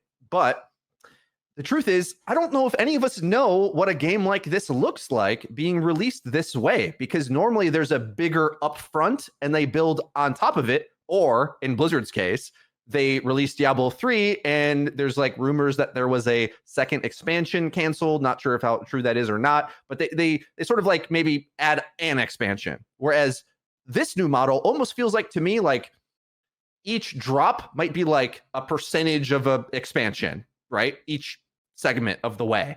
And I almost wonder if this is better than the Elden Ring drop one game and you play it for your whole life type model, because alongside it is also this PvP experience where as we drop story missions for Lucio or whoever, then there's a new player base that we're not even tapping into yet, right? These are the bronze, what's the lowest rank? Is it, I forget. 5. Is bronze 5 the lowest rank? It is actually the, oh my God. So they put, I just realized the severity of that MMN of how bad that actually was. They're literally the lowest rank. I wish I said that earlier, but okay. So we're going to get a lot more bronze 6s. The PvE players that are going to be introduced to understanding who these characters are. I was saying this earlier that Overwatch 1 was just like in a different place with the approachability and the marketing and the eyeballs that were on it and how many gamers were interested in a brand new Blizzard IP. Now the shooter landscape's entirely different, and I think this will give an opportunity for another leap of players to get introduced to the general game. And at least as far as like the PvP is concerned, I think that will help continuously add like another flock of those bronze 5s with each subsequent expansion as we continue down the line. So the more we talk about this, the more optimistic I am, because like I said earlier, they have the opportunity to change a lot of things, whether it's the content itself, how much it is. Now, unfortunately, I think what sometimes happens with this is they might put a lot of energy to make a good first impression and then fall off later. Whereas I have followed Destiny 2, for example, or at least the conversation around it. Some expansions are hits, some are misses, and it kind of goes up and down. But at the very least, you have that feedback for them to go back and rethink about it. And a key term I want to switch gears to now, we can still talk about this, but eventually I want to get to this, the monetization of it to be a pipeline so that this can go possibly a long time. And we might eventually, in 10 years, get to that final end game vision that was the original vision of the game. I still think like the model is going to be close to Destiny in terms of, it's like an inverse Destiny, where Destiny is a PvE game that happens to have the PvP. This is like a PvP game that's going to have the PvE coming through. But I think even down to business model, it's like you're probably going to end up paying for whatever next PvE content drop is per season or whatever. Like I wouldn't be surprised if that's going to be the case, because the amount of effort it takes, the amount of dev time it takes to create PvE content, is way, way, way bigger than anything they do for PvP. I'd like to jump in here and just talk about, I think, something that's really important, which is all PvE games that you guys are discussing drop a lot of things at once. They don't start off by drip feeding. And so everything you talk about with where you're saying like, oh, it's actually kind of nice that they're doing like this episode type of model, right? Where they're releasing things season by season because they get feedback and do this and that and change things, whatever. I don't believe that's true at all. In my view, if you don't actually get a full story to keep me committed and interested in something, at least in one big bundle, like you're comparing to like more standard box products, I'm just not committed. I just don't care as much. And also, I feel like stories that are set in that way in a seasonal model are usually not as good. And that's why games like Destiny, games like Final Fantasy 14, some of the best games in the world at doing this type of model, they have expansions and seasonal content. But most of the story is carried via expansions, where you play through like a longer campaign, and then you get through a huge story bit, and then the seasonal stuff goes bit by bit after that. But that just leads into another giant expansion, where you again play through a nice big story. And so I have no idea how they're going to pull that off in Overwatch. That I genuinely don't know. Just content drops. They just sell you an expansion in the PV in the free to play. Like I don't see it. I don't see how it would be any different to where Destiny 2 is now, which is a free to play game where they drop expansions that you pay for. Flats, anything on this? So I kind of want to loop back to the question that was asked: is which one's better, the big drop of everything at once, or drip feed? And I think You can do both, by the way. You can do both. The first drop should be the biggest one, and then you can drip feed. You can, true, but is that going to happen?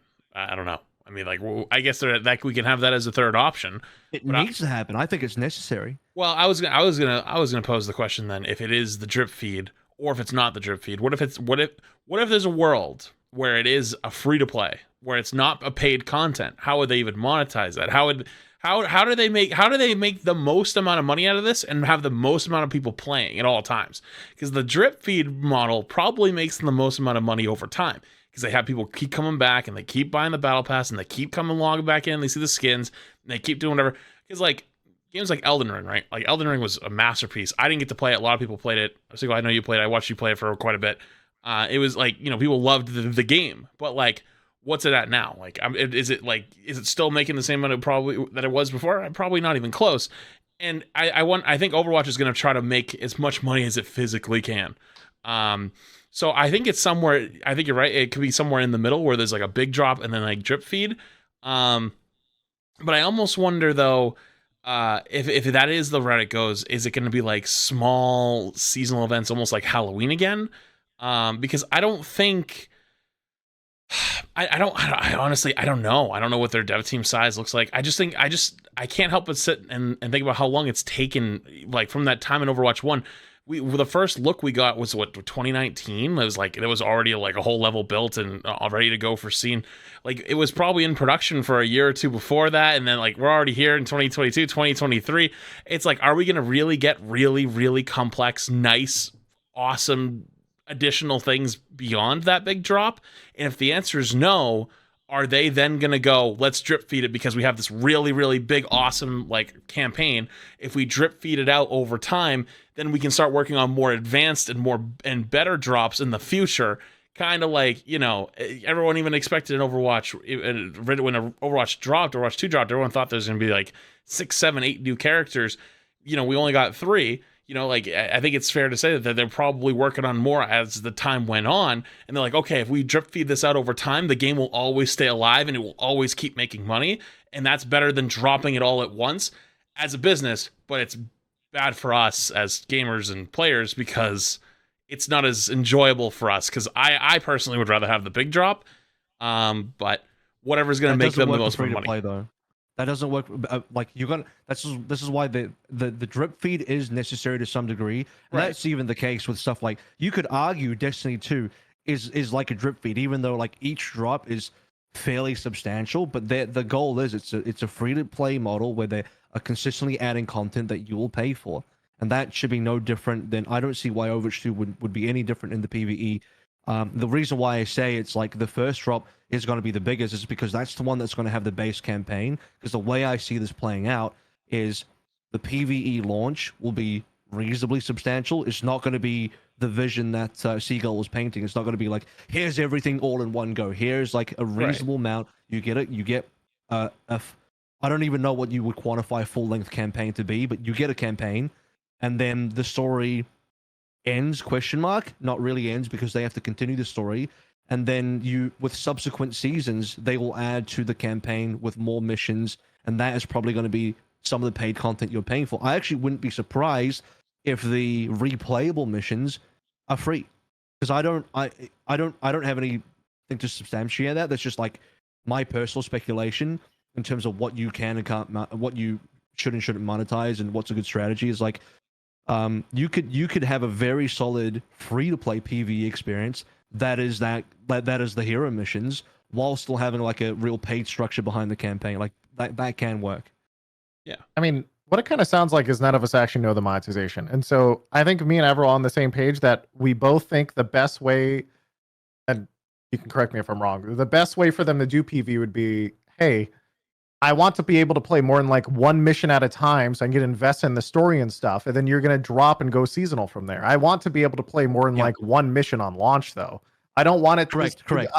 From my POV, and I'm pessimistic, is I see this type of thing, it being, maybe not like that. That's, and it's such a big question mark because we don't know how it's monetized. It could If it's be, one mission on launch, it's a disaster. That's a complete failure. yeah, I know, but that's the type of thing where I'm sitting there and in my head, I'm going, all right, $20 skins, maybe you pay $15 for this battle pass at a 10, and they're going to give you one PV campaign this week, and maybe you opt in with your $5 more battle pass to get weekly missions. I don't know. Like there's so many different ways they can go, and they haven't talked about it, so I'm completely clueless.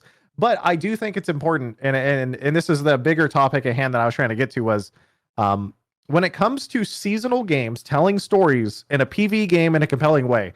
This is something I have like the tens of thousands of hours in MMOs and a variety of games. I played Destiny for like 1,000+ hours. They all center around big pieces, which are expansions.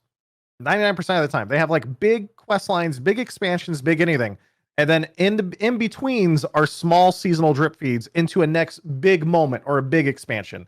And so that's what my big question mark is, because it's, well, how is PvE Overwatch going to work? And if you're going to do this type of seasonal PvE content, give me missions, give me stuff like that. When I think of every live service PvE game, I think of Warframe, Destiny, WoW, Final Fantasy, even Guild Wars. They all do this type of thing where they have big pieces, big expansions that come out that a lot of time you pay for, not all the time. And then those are the big moments. And then there's drip feed where they have seasonal quest lines and repeat. And it's not always, I don't know what they're going to do with Overwatch. That's my big question mark. They just haven't revealed that much information. They've been very, like, I don't blame them, it's all behind closed doors. So the reason why is you have to hard speculate is because there's just so much unknown. I want to broaden and have this be our last topic as well about monetization just in general, but also for this content stream. So Siegel brought up a lot of, let's say, pain points, I think, for the community. One of my favorites is that the Pachimari attachment costs more in-game than out of it. There's hilarious things like that. But to some degree, playing other games that are free-to-play shooters, I had an expectation. I was huge into CSGO and Valorant when that came out as well. And the culture of those PC games is that skins are kind of ridiculous in terms of cost. And so much, like hundreds of dollars maybe. And Overwatch doesn't have anything like that, but it does have, let's say, questionable bundle prices and a lot of unfair monetization, it seems. I don't know if I think the Battle Pass is one of those. Or I do know what I think, actually, if I ask myself. I think the Battle Pass is very reasonable as it is as a product, but a lot of the other things are over the top. Now, what that says to me is that Blizzard wants a certain scale to your investment as a player that feels like you get the core experience, let's say, for a reasonable rate, and then extra stuff is going to be starting to get to unreasonable prices in order to tap into that whale economy that we know free-to-play games often thrive on. Now, it would be my anticipation that these PvE drops are within that reasonable price range of $10 to $20. I'm hoping something like that, almost even separate to the Battle Pass. I don't know if it's going to, I would doubt it's coupled into that, because I think that's specifically for PvP, but whatever, nobody really knows this, but that's sort of where I'm judging it. And let's say a few missions for that price.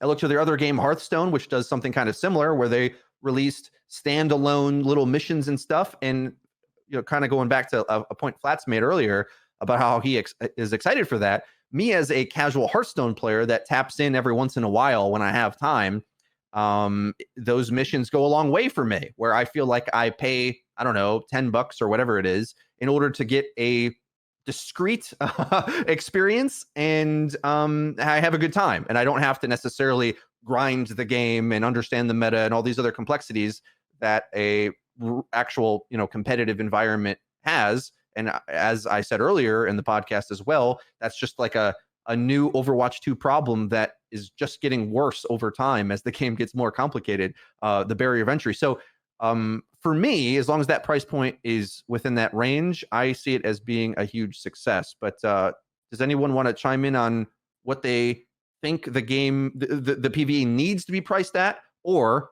the monetization in general. If anyone wants to tee off on that, go ahead. Flats hasn't spoken in a while. Did you have opinions on this? I'm in such a weird spot with this because, like, I think that, you know, if they do go the big drop, right? They go the big drop, then obviously, like, you know, it's paid expansion, you know, whatever it might be. But if it's much more drip fed, it's like they're trying to maximize their profits off of things. Like, what if even if we're in a world where it is part of the PvE, or sorry, PvE is part of the free-to-play experience? Like, what if they went down that route? Like, what would that end up even looking like? Like, you know... I said it. It's the replayable part can be the free part. No, but I'm talking about the monetization. How do you monetize free-to-play PvE? Like, what do you make it past what we currently have in Overwatch? Skins, you know, collections, whatever it is. You gotta, like, what is it, like PvE you can powers? do some really heinous stuff if you want. Yeah, Hope Blizzard don't go that. Yeah, that's what I'm thinking is if they're trying to make this long term and they're trying to make as much money off of it as possible, you know, that could be a possible route we go down. But I can't really. I don't even know what. I don't even want to think what it could possibly end up being. But the monetization of it is going to be really just like down to what they decide to do with how they deliver content. Anyways, we don't even know what it ends up looking like. If it's like Halloween, like they're probably going to go more the free-to-play route at that point and start trying to like have some other version or some other part be monetized, I would think. But if it ends up being some massive drop with like this really in-depth campaign, you learn so much about character stories and all this other stuff, then I could see that not having that end of the monetization and more being paid like within the battle pass or being sold separately as its own separate piece, you know, like some $40 or $60 expansion, just as like a normal campaign kind of would be. But it's really hard to say depending on which route they go. You know, there could, I mean, like a lot of people will say like the Overwatch monetization is really bad. And it is in a lot of ways really, really bad. And, you know, look at games like Apex where, you know, heirlooms are like, you can go pay up to like $500 for an heirloom. And it's like, well, at least we're not them. But it's like, yeah, but like, we're going to go down this route soon with PvE. And it's like, I wonder, like, you know, I wonder if we're going to go down an evil route here with like how PvE gets monetized. And I think that's probably the one big fear I would have. But otherwise, it's hard to speculate. We really don't know anything. Like, what's your preference? Well, what do you want it to be? I want it to be a one. Choose. So this is, if I got to choose, I would be with you. I want the big drop paid. So like, you know, you pay like $30, $40 for a big drop. And then if there's seasonal like drops, that could be included either which I think you're right. I think the free-to-play model, like, let's say it's like the Halloween type stuff. Like if there's like smaller events, that's included in the free-to-play experience, which makes you want to buy the big one from before. But then even if this is possible down the Destiny route, then there's the massive expansions later. Because without the big, massive like changes, it doesn't get people interested. Like, I mean, Overwatch 2 in itself, in a lot of ways, kind of proved that with a lot of people, where everyone was calling the first beta was like Overwatch 1.1, you know, it's like the changes weren't big enough. It's like to us, like 5v5, oh my god, that's such a big change. Yeah, there's going to be a bunch of heroes later, but like to the average player, that's just Overwatch with a new coat of paint. Like if the PvE doesn't make some massive jump where a bunch of new mechanics are added, a bunch of new characters or a bunch of new bosses or whatever it is, it's not going to work. So I would say that my preferred method would be some big box, like here's 20 missions. I'll pay $30, $40, whatever it is. Then if you want to release small ones with like the seasonals in the free-to-play model, good to go, get people interested. And I'm sure they'll try to find a way to monetize that with more skins or something else, which I don't even want to think about. And then have some big, big expansions later. That is probably the best version. But I'm sure we're going to get whatever one that they've run the data on that makes the most amount of money. So we'll see. Eagle's giggling. I am giggling because my chat is trolling me. There's too much. I would say, wow, I am so pessimistic compared to you guys. So how I believe it's probably, and I think, okay, there's a couple ways I'm pessimistic and a couple ways I think I'm optimistic. We're just like normal. The first bit is that I think Overwatch does not fall under the same monetization style as a lot of other Blizzard games. It's very cookie cutter. And so if they're going to do a cookie cutter PV, they're going to do a cookie cutter, or sorry, if they've already done cookie cutter PvP monetization, right? They're like, we have a rotating cash shop, we have seasonal battle passes, we sell skins. It's very basic. It's basically what everyone else in the industry does, right? They will do that to PV as well. And so I can imagine them, if in a perfect world, I would probably see it done something along the lines of they will have what Avril's saying. They will have a free-to-play bit of it where maybe only certain portions early on in the campaign would be free, and then you would have a level cap where you would only level up to a certain level, just the same as There you it do in is. every other Yep. PvE game. And then maybe a few repeatable missions that would be free to play. But then after that, I would assume you'd have to buy in, or alternatively, I mean, there's so many different ways they could do it, but they could actually go full PvE free to play if they wanted. Which there's only a couple different ways they could. There's really two cookie cutter directions they could go. Do they want there should be a baseline form of content that's always free, but then the new expansion you have to pay for certain things, or maybe you buy the battle pass and opt in. That's all. There's so many different ways they can go, but I do think they will not do anything special. I think they will probably pick a pretty cookie cutter copy paste of what other people are already doing. Sorry, go ahead. What about Game Pass? I've thought about that before.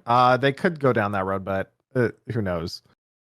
But when it comes down to monetization on a general level, though, I mean, speculating about PvE battle or monetization is a little bit boring because it's so much we don't know, right? It's sort of, we're just sitting here question marks, and we're just sitting here going, oh boy, I hope evil corporate Blizzard that's running Diablo Immortal over there doesn't fuck over our favorite game. And then, that's kind of it. That's all we can really say. But historically, when it comes to Overwatch, I'm not too worried about them going that crazy. Now for overall monetization, though, there's a lot I could talk about there. But it just depends. For now on the PvE side, I am not too worried about it. My main concern was mostly that I do want to have drops in some capacity, not as in like one bundle of a campaign to play, because I think it's more enjoyable from a playing experience to not get drip fed the entire time. That's all. All right, so here's what I want to do. I want to try to put a pin in this PvE talk, and then I'm going to turn it back to you for general monetization. But let me riff a little bit on this, where there's a few things I'm going to pull from experience of the industry and watching how these things interact, but also think about how they have talked about the content delivery system for the game so far. So there's been a lot of articles written at the launch of Overwatch 2 where guys we've never heard of come out of the woodwork to do interviews to explain how they're speaking about this. So, for example, with new characters, they consider that the main content that you interact with. And there is a free route in the battle pass to get there. They barely reduced it a little bit to 45, but they seemingly intend for you to buy the premium one. And this is a mistake I make, where when I say battle pass, really what I'm thinking in my head is paying $10 to get all these things. Whereas I don't even know really what the free one is, because I only really want to interact with the premium one as a hardcore fan. And that's a mistake I've made in analyzing this, because most of the free players aren't paying for it because they're by definition free. So the things they get in that free track is, disappointing to them. Now, I would imagine that they would try to weave in the PvE content similar in that same philosophy, where, as you're saying, there's probably going to be a tiered system where certain things are or aren't free based on how much it is or how complex it is. Whereas with the hero, it kind of makes sense to have a timed exclusivity, essentially was what it is, because if you play enough, you'll get them anyway. But I want to think to other games that I'm familiar with. The main game I covered on YouTube before doing Overwatch was Call of Duty for many years. And that game is kind of famous also in the Activision space for having expansion pack DLCs that extend out of the yearly COD cycle that did exist at one time. And it will give you extra maps or other content, was the general premise of that, which I think is important to look to, because this is another, Bobby Kotick thing that exists over here in Activision Blizzard. And a downside to that, though, is with the matchmaking, your player pop of players that bought all the maps is quite different than the one that only has the base game. And so as a content creator, what you might do is turn your DLC off or uninstall it, because you'll actually play with the normies and get easier lobbies. Like, that's one trick. So I want to use that to think to what could happen with this game, where if you're reducing the barrier, if you're increasing the barrier of entry for players in cooperative content, that makes it a little tricky, because those things have to be match made, right? So if you need to do co-op missions, you would almost imagine that it's to their benefit to make that open to more players. But as we're all kind of agreeing, like to some degree, the premium stuff has to come at a price tag. So that was sort of my speculation on how we can maybe. I mean, aren't most co-op games paid? You have to pay for a box title. Like for Dead, Back Yes. 4 Blood, Dark Tide, like you pay whatever amount of money to just get in. It's not any different. Right. Now, Seagull, monetization in general. I'll premise this with saying the more generous the content is, I would imagine the more stingy and oppressive the whale hunting would be, which is to say, the more stuff they just put into the game, the more harsh the monetization will be on the cosmetic items. That would be how I would imagine it would have to scale, because I'd like to talk about this conversation in a what we can expect them to do reasonably and afford to pay their developers to keep publishing the game. This is why I was so strong on free to play, and maybe I'm not as critical as many on a skin costing $10 or something, or 20 in some cases. Like, I think that's somewhat reasonable to the industry standard. Now, I wish there was easier ways to earn stuff. I wish they improved that. I wish they made the battle pass features and challenges and ways to unlock, like, there's like nothing. There's just the battle pass and 10 coins here or there. That's ridiculous. That's terrible. I hope they fix that. But in general, the premise of having premium optional content that if you're a diehard player, you pay into, I'm kind of okay with that, because I'm used to it in CSGO, where some gun skins are thousands of dollars. So I guess I'm desensitized to it. But where does that fall for you? Because Seagull, you don't like the monetization now, but we're trying to think of a world where they start having PvE, and we're uncertain what content it'll even be and what that price will be. But how do you think they fix this problem, essentially? Like, what would you like to see from the game moving forward into the next year? They need to add more free currencies to the game, or any, really. They need to actually have some form of way for players to get items that is not from the battle pass. Well, that would be ideal, so that way players can choose what they want. I think that's very important.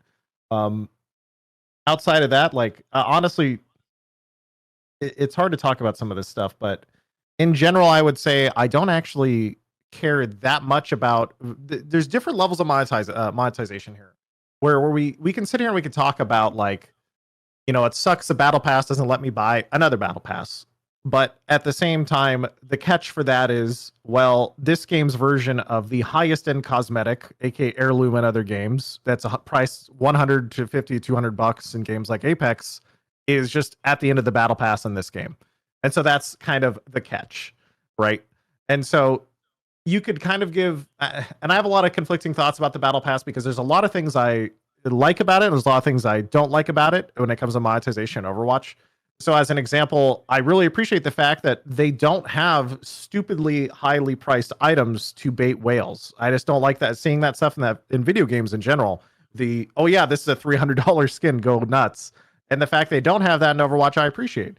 But at the same time, I don't appreciate the fact that everything in the game must come from the battle pass, because that feels a little bit lame, that I can't just go buy a voice line with free currency that I get. That isn't just, I got 50 coins this week. Maybe next week when I get my other 60 cents, I can get another voice line. That's just dumb. It's a little bit too stingy. And then there's the other side of things. That's the whole gameplay should never be in a battle pass or time gated whatsoever. I have a personal line where I don't care about cosmetics as much. The fact that cosmetics are $20, it's stupid, but it's also just kind of sad. But it's not about us, it's about the business, and the fact that there's tons of people who buy them. I see them literally every game. And so if people keep buying them at those prices, they're going to keep selling them at those prices. And I can rage at that, but I'm not going to rage at the developer for doing it. I'm just going to be sad about, more generally, the world and how sad the gaming industry has become in general, that people are more and more willing to pay $20 for skins. And yeah, there's a lot of topics to talk about when it comes to this stuff. But in general, I would say Overwatch monetization, I don't consider, personally to me, to be bad, except for the lack of a free currency, the fact that it all comes down to the battle pass, and gameplay should never be in the battle pass for any reason or time gated. I do not like heroes being there. I don't like the fact that that's being used as as incentive to buy. I don't like it. That feels gross. Outside of that, don't care as much. Flats, anything on this? I think I agree with everything Siegel just said. I mean, most people know my thoughts on a lot of this stuff, but you bring up a good point of the free currency is like honestly like Overwatch 2 does have a big problem like lack of progression. They remove the borders and stuff like that. Like that's fine. Like, but we had no replacement. It's just the battle pass. Like it's everything is centric to the battle pass at all times. And like games like Apex, right, which do have those like whale things. Like there's like $150 Wraith skin now. Like now they're getting into the skin game, getting really expensive. But you can also level up and get crafting materials and like buy things that you kind of want. And I think one of the most sour things I saw from Overwatch 1 to Overwatch 2 was watching old skins that have been around for like 3 years that just instantly got priced the same thing as the brand new one. It's like, come on, like you could have done so much better with this. You could have made it so that you could have like a free currency and have like all these free to play players grinding and being able to get some of the old skins. And I bet you they still would buy the new ones. Like they would still do it because the Overwatch cosmetic team and the skins is genuinely some of the best out there. I would say rivals like Fortnite, and Fortnite, the only reason I would say maybe even has an edge is because they cross brand with so many other competitors that you have like these crazy like skins from other like brands that you can love. And like you're connected to them as well. So it's like, I understand that, but like Overwatch always has been so ahead in that department. So people are always going to buy them. And it's like, I do think there's something to be said about like, I played CS, like I'm normalized at this price. It's like, yeah, but like that doesn't make it better though. And it's like, it's the other games do it. Doesn't mean our game should do it. And it's like on top of that too, games like CS have been around for so many years. I don't think it's totally fair to compare them because their culture have changed very differently with it. And they had their own problems with monetization. And, I could argue that they have their own issues with like, the crate openings. And I'm not going to go near that right now. But point is, though, I do want to see, I would love to see some type of way that you could even earn like skins better. Cause like that was something they took out and they started to bring it back. Like the Ice Queen brig, which I actually have to do. But like, that they used to do that a lot more. It's like you just play the game or do like certain challenges or whatever, like you got something rewarded. That was nice. And I thought that even in the Halloween edition, like we got the Captain Reaper skin as like an apology, and the medic the health pack weapon charm, they didn't like advertise that to you. It just appeared in your thing. And there's probably so many players out there that didn't even know they got those skins for free. And it's like they need to, like, they're kind of shooting themselves in the foot a little bit. It's like, tell people like, oh, hey, you just got this for free, like as like a gift, whatever it is. And then also have ways for people to earn things besides 60 cents a week, because like that is just like, you got to play for like 38 weeks to get one singular bundle skin because you can't buy it by itself because that's the same price as the bundle. So you might as well buy the bundle anyways. That's on sale, but not actually on sale. Like, come on, like we need something else here. Let's be realistic. So, I hope that there's some more progression things, and I would love to see like a hero challenge. How like COD has like skin challenges, like weapon challenges, like get like it used to be the old tigers, like get certain headshots with weapons, you get red tiger, blue tiger, you know what I mean, stuff like that. What if you got like if you played like 1,000 games as tank, you got a cool skin? Like that'd be awesome, like stuff like that. So I don't know. Things I would like to see. Those queue times go up, bro. Like every role, like in between characters would be different. Yeah. Like characters could have some problems because it's like, like you start playing a bunch of games on Mercy, but you don't play Mercy because you're trying to get the skin, and it's like, but people, what if you don't want to play Mercy? Like you can make it like role based. Like if you play 500 hours, 1,000 hours, or sorry, games like 500 games, 1,000 games, 2,000 games, like those would be like super prestigious things that you could earn. Like that'd be awesome. So. I don't know. That's my take on it. Avril, anything on monetization? Absolutely. Some of it will be rehashing some points that have been talked about. I think we're generally all on the same page. Like we all agree that some of the monetization in Overwatch 2 is fairly aggressive, maybe in a negative way, and that they need to do something in terms of progression for free to play. So what I'm going to dive into is I'm going to break it down like this. From my perspective, free to play is required for this game to exist. I'd love to hear if you guys disagree with this, but to exist, and I think 2022 in the modern gaming world, if your game is as a multiplayer, especially a multiplayer shooter game, if it's not a free to play game, I don't think it's going to have longevity. It needs to be free to play to be able to compete with the other big titles out there, like the Apexes, like the Valorants, to have that level of longevity, to have a game that will still exist in several years' time. Like, we want this game to exist in 10 years' time. No, like, that should be the goal. And to get there, I think free to play is necessary. Now, along with free to play means that you have to deal with the evil that comes along with it, which is MTX. Like, because how they support free to play, how they support the game and the development comes to the MTX. It just comes down to like, well, what is the level of MTX, and how do they how aggressive is it, how egregious is it, and that's a sliding scale. And I'm always going to end up comparing it to other games, because it's like, technically speaking, I don't know how many people here involved in Valorant. That's probably my other game. If I was going to say I've involved in any other game, it's been Valorant. It's their free-to-play model in terms of how aggressive it is, objectively worse. You want to talk about like, oh, earn 60 cents, whatever, a month, whatever. It's like, bro, you couldn't even get that in Valorant. You get nothing. How about just zero? Instead of 60 cents, how about zero? That's Valorant. You know what I'm saying? Like, you can't even just get a skin unless you want to pay for it. Now, we can get into the discussion like, okay, well, we shouldn't copy other games. That's fine. But here's the problem with how business works, is games like that prove that it works, right? Because when I first started in Valorant, when it released, and I was like, this is ridiculous. There's no way people are buying these skins. They're way overpriced. We're talking like super expensive skins. There's no way. And then people did. People bought the heck out of those skins, and they still line up in droves to buy it every single drop. Every single drop. I can't explain it. So I don't know. Like, it's proven that it works from a business sense, and it's hard to be, as a business, it's hard to look at that and be like, no, we don't want to make money. It's like, it's very easy to look at that and be like, no, of course, like, if it clearly works, it's what the market's going towards. It's what Seagull was saying. It's like, even though it's sad that humanity and gaming has gone in this direction, people keep buying the skins. They keep buying those $20 skins, or maybe even more if we're talking about other games. So that's what the companies are going to keep doing. I mean, people can vote with their wallets, but most people vote in the wrong direction, apparently. Lance? Just one thing really fast. Because I hear what you're saying. I fundamentally kind of disagree with some of it. Like, you're not wrong. Like, realistically, like, they probably could get away with worse things, but it's like, I don't think that should happen. But like, what I want to like kind of reiterate really fast is like, with the way Overwatch rewards free incentives, is you don't get to even choose what you're getting. And I think I was going to get to that. I was going to talk about the free part as that as well.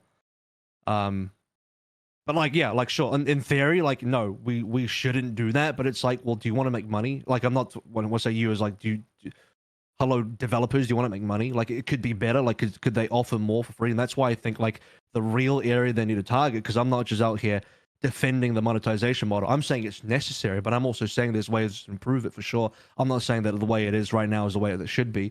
And the way to improve it is to a couple of things. One, we've already talked about what free currency is.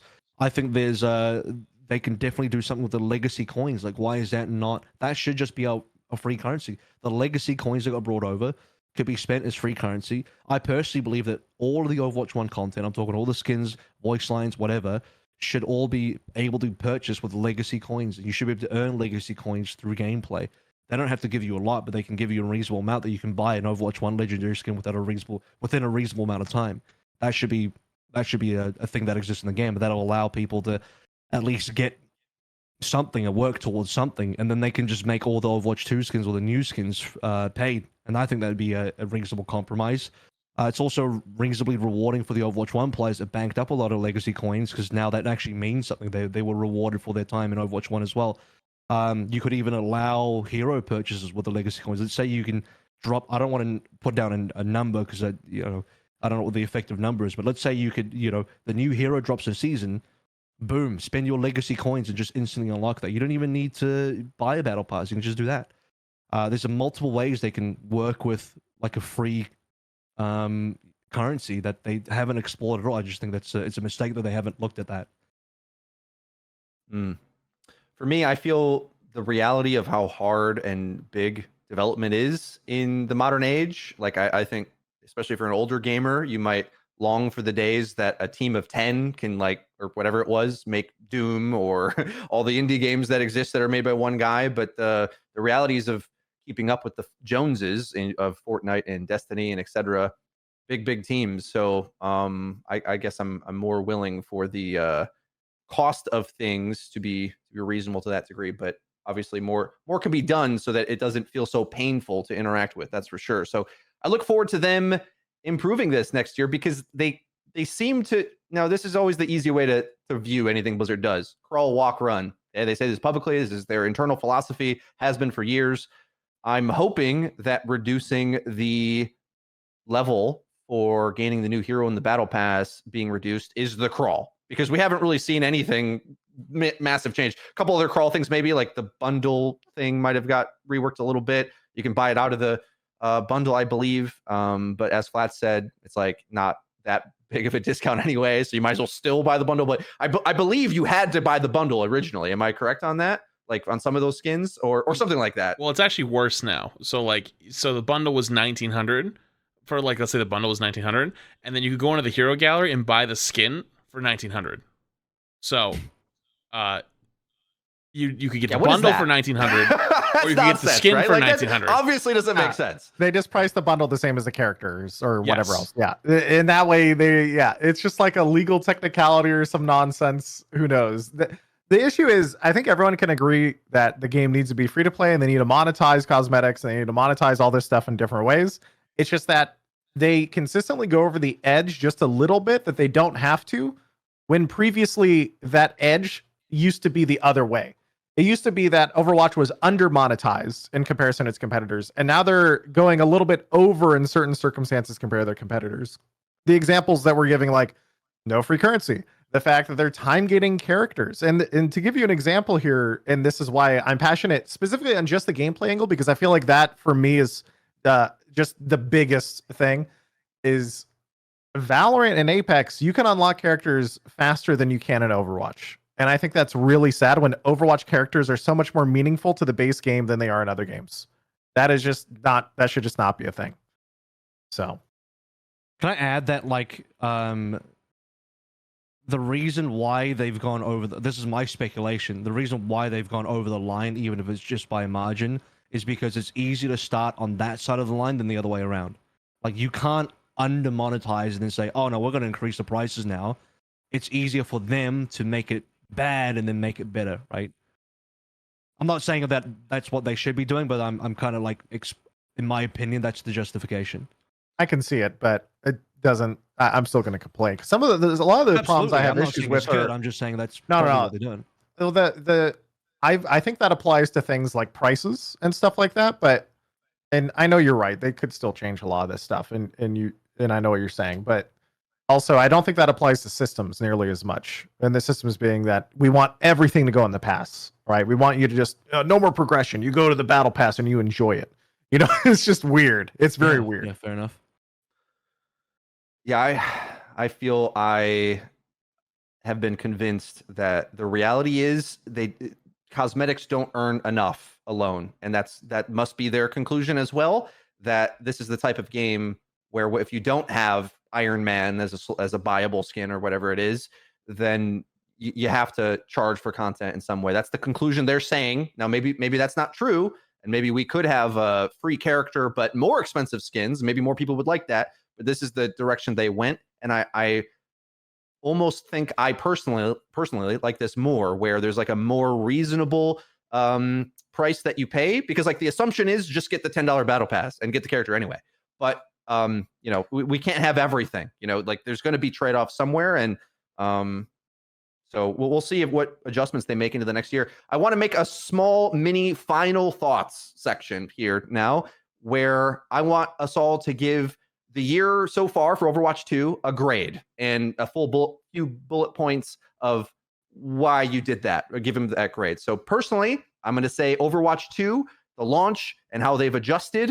This might be a little high for some people, but I'm going to say B-. And the reason for me is that when the game isn't poorly balanced, in my opinion, I have a ton of fun. Like there's a lot of characters that are really fun. I think the vision for the PvP has been actualized in many ways, and the game has been centered around fun mechanics, generally speaking.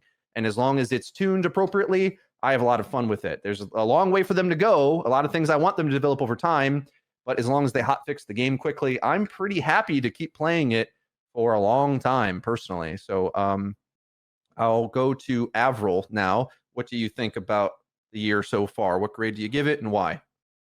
I'm leaning somewhere between B plus A minus. Wait, what would be the highest? Just so I know what the scale is. I don't know, A or S, whatever you want it to be. It's your grade. Okay, if S is what? I'm just gonna make it. No, if S is the highest, I think I'd be okay with like. You want me to come back to you? No, let's just do. I'm breaking your brain here. I think the reason is here's what I say. I think 5v5 is generally good for the game, and that was the a thing. great This is a call much to really make. huge gifties. I think free to play is a great call to make for the game as well. 16 gifties. Could they do much better with monetization? Absolutely. Some of the balance patches throughout Overwatch 2 so far has not been amazing. But so there's a lot of room for improvement. But generally speaking, I think outside of some of the tech issues on launch has been good, and the game has been doing much better. I think there's a lot of room for growth, and I don't know. I still have a level of optimism in there because there still is that extra card hidden under the table, which is the PvE, and that is going to be quite telling. So, yeah. Flats. Grade for Overwatch 2. Do we have flat? Hello? Yeah. No, I'm. Oh, It's your camera's frozen for me in a thinking face, and I'm like, you look very contemplative. it's hard to say. I don't know if I want to even use the word optimistic, but I'm probably on, at least in this group, the optimistic end. I think that Overwatch is going to be fine for years. I think that honestly, our problems are so minuscule and compared to the overall greater game, it's kind of hilarious. But sucks for us because it's just going to make our lives just miserable. I would say that Overwatch, I'd probably give it about a Give them an F. B. Somebody TTS at the same size said give it an F. Said that perfectly. I'd say probably like a B. I would say that because there are small glimmers of hope. Like for example, the hotfix, right? Like normally Blizzard's stance whenever they release a big patch is they take time, they wait a week or two, they gather data, and they take the data, then they go and they go to test the data, and then they go internally and start trying to balance, and they play test all the changes that they made, do a bunch of play tests, and then they show the public like, okay, here it is. And then before we used to have the PTR, and then we'd go on the PTR and play it for like a day or two, and then 2 weeks later we'd get like it would take forever. Like we wouldn't see patches for the longest amounts of time. And with like what they had said with a big seasonal patch and then a mid-season patch, it felt like that's all we were going to get, and it wasn't enough. And they recognized it wasn't enough and gave us this hotfix. And they explained, and they came on, like, it obviously didn't reach everybody, but I was lucky enough to have Alec on my stream, made a video and stuff like that of it, and, like, explained, like, yes, they are trying to actually fix this right now, but, like, the holidays and stuff like that. And they communicated that, which is, like, not stuff we've ever had before. So I would say I'm on the more optimistic side long term. In the short term, just way worse. Like, game is a little bit boring at the moment. Matchmaker doesn't feel that fun. Games are very wonky.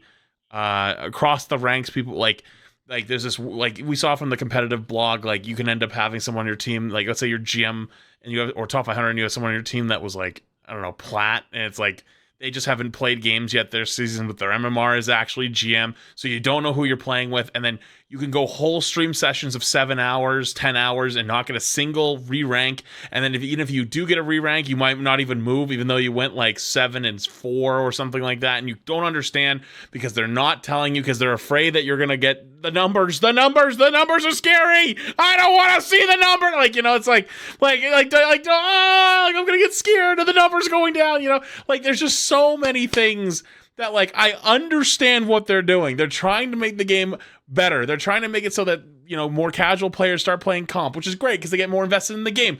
And most players, when they play comp and they have a better experience, because, like, you know, they're winning, they care more, they want to learn about the game. You can get them out of that bronze 5 tier faster maybe, because they're like, you know, they have to keep up because they're punished for their mistakes. Because in quick play, you don't get punished for your mistakes as often because some people take it seriously, most people dick around, you know. It's like there's a lot of things that they're working on at once and they're trying to keep it moving, but God, it sucks and it's painful right now and it's not fun.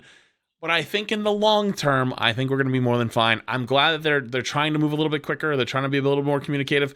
Like you said earlier, it's this crawl, walk, run. I think they're like just starting to get off all fours and starting to work towards like the standing position on like talking about things and starting to like, you know, be a little bit better about it.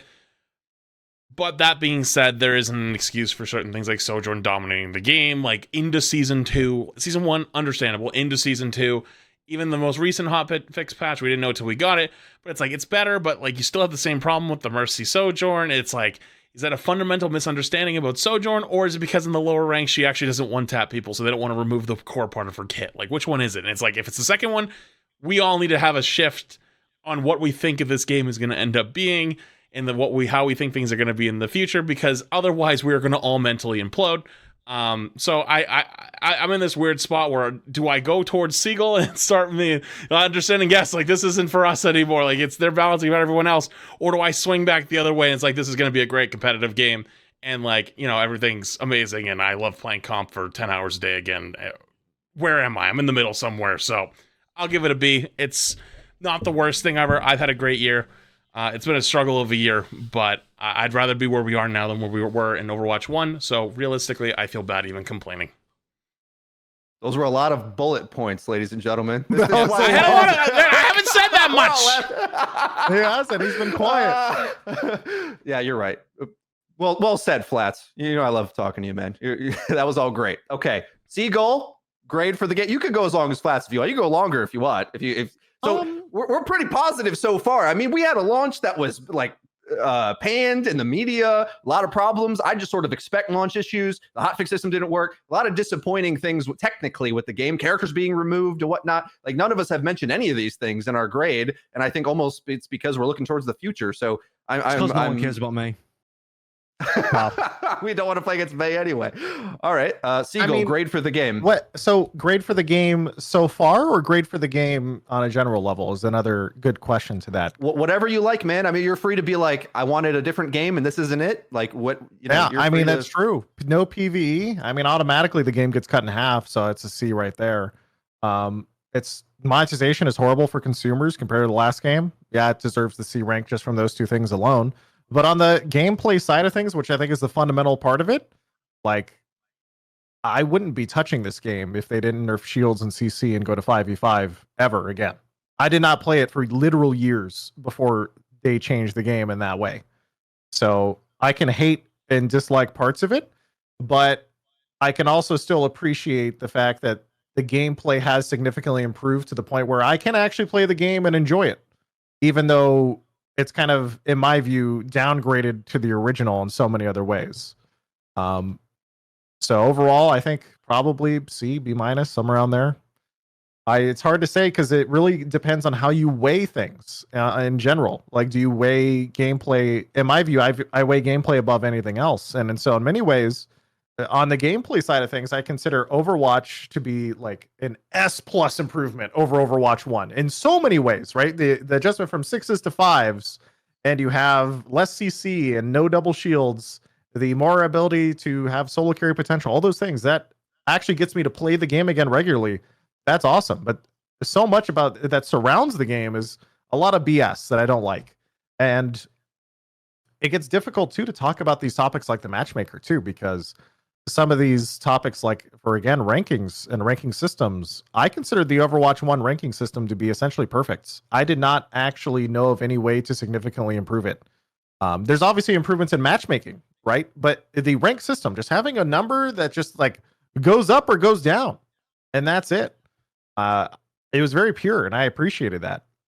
And to see so much of Overwatch over the years, it feels like it has caught so much of the gaming's industry's general sense of things. Like, oh yeah, this used to be the game that didn't have all the shenanigans, and it was very honestly ethical in a lot of ways. It did stuff to kind of go down the lines of like, yeah, we're gonna put the hero on the battle pass. Yeah, you're gonna have to pay for all your skins now. You used to get them for free, and all of the bullshit attached.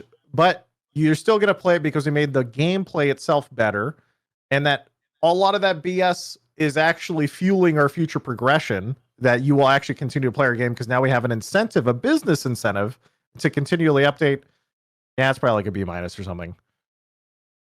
You worked all your way to the same grade as me. Are you kidding me? That had an entire plot It's the line, gameplay. bro. The gameplay's it went left carrying. and right.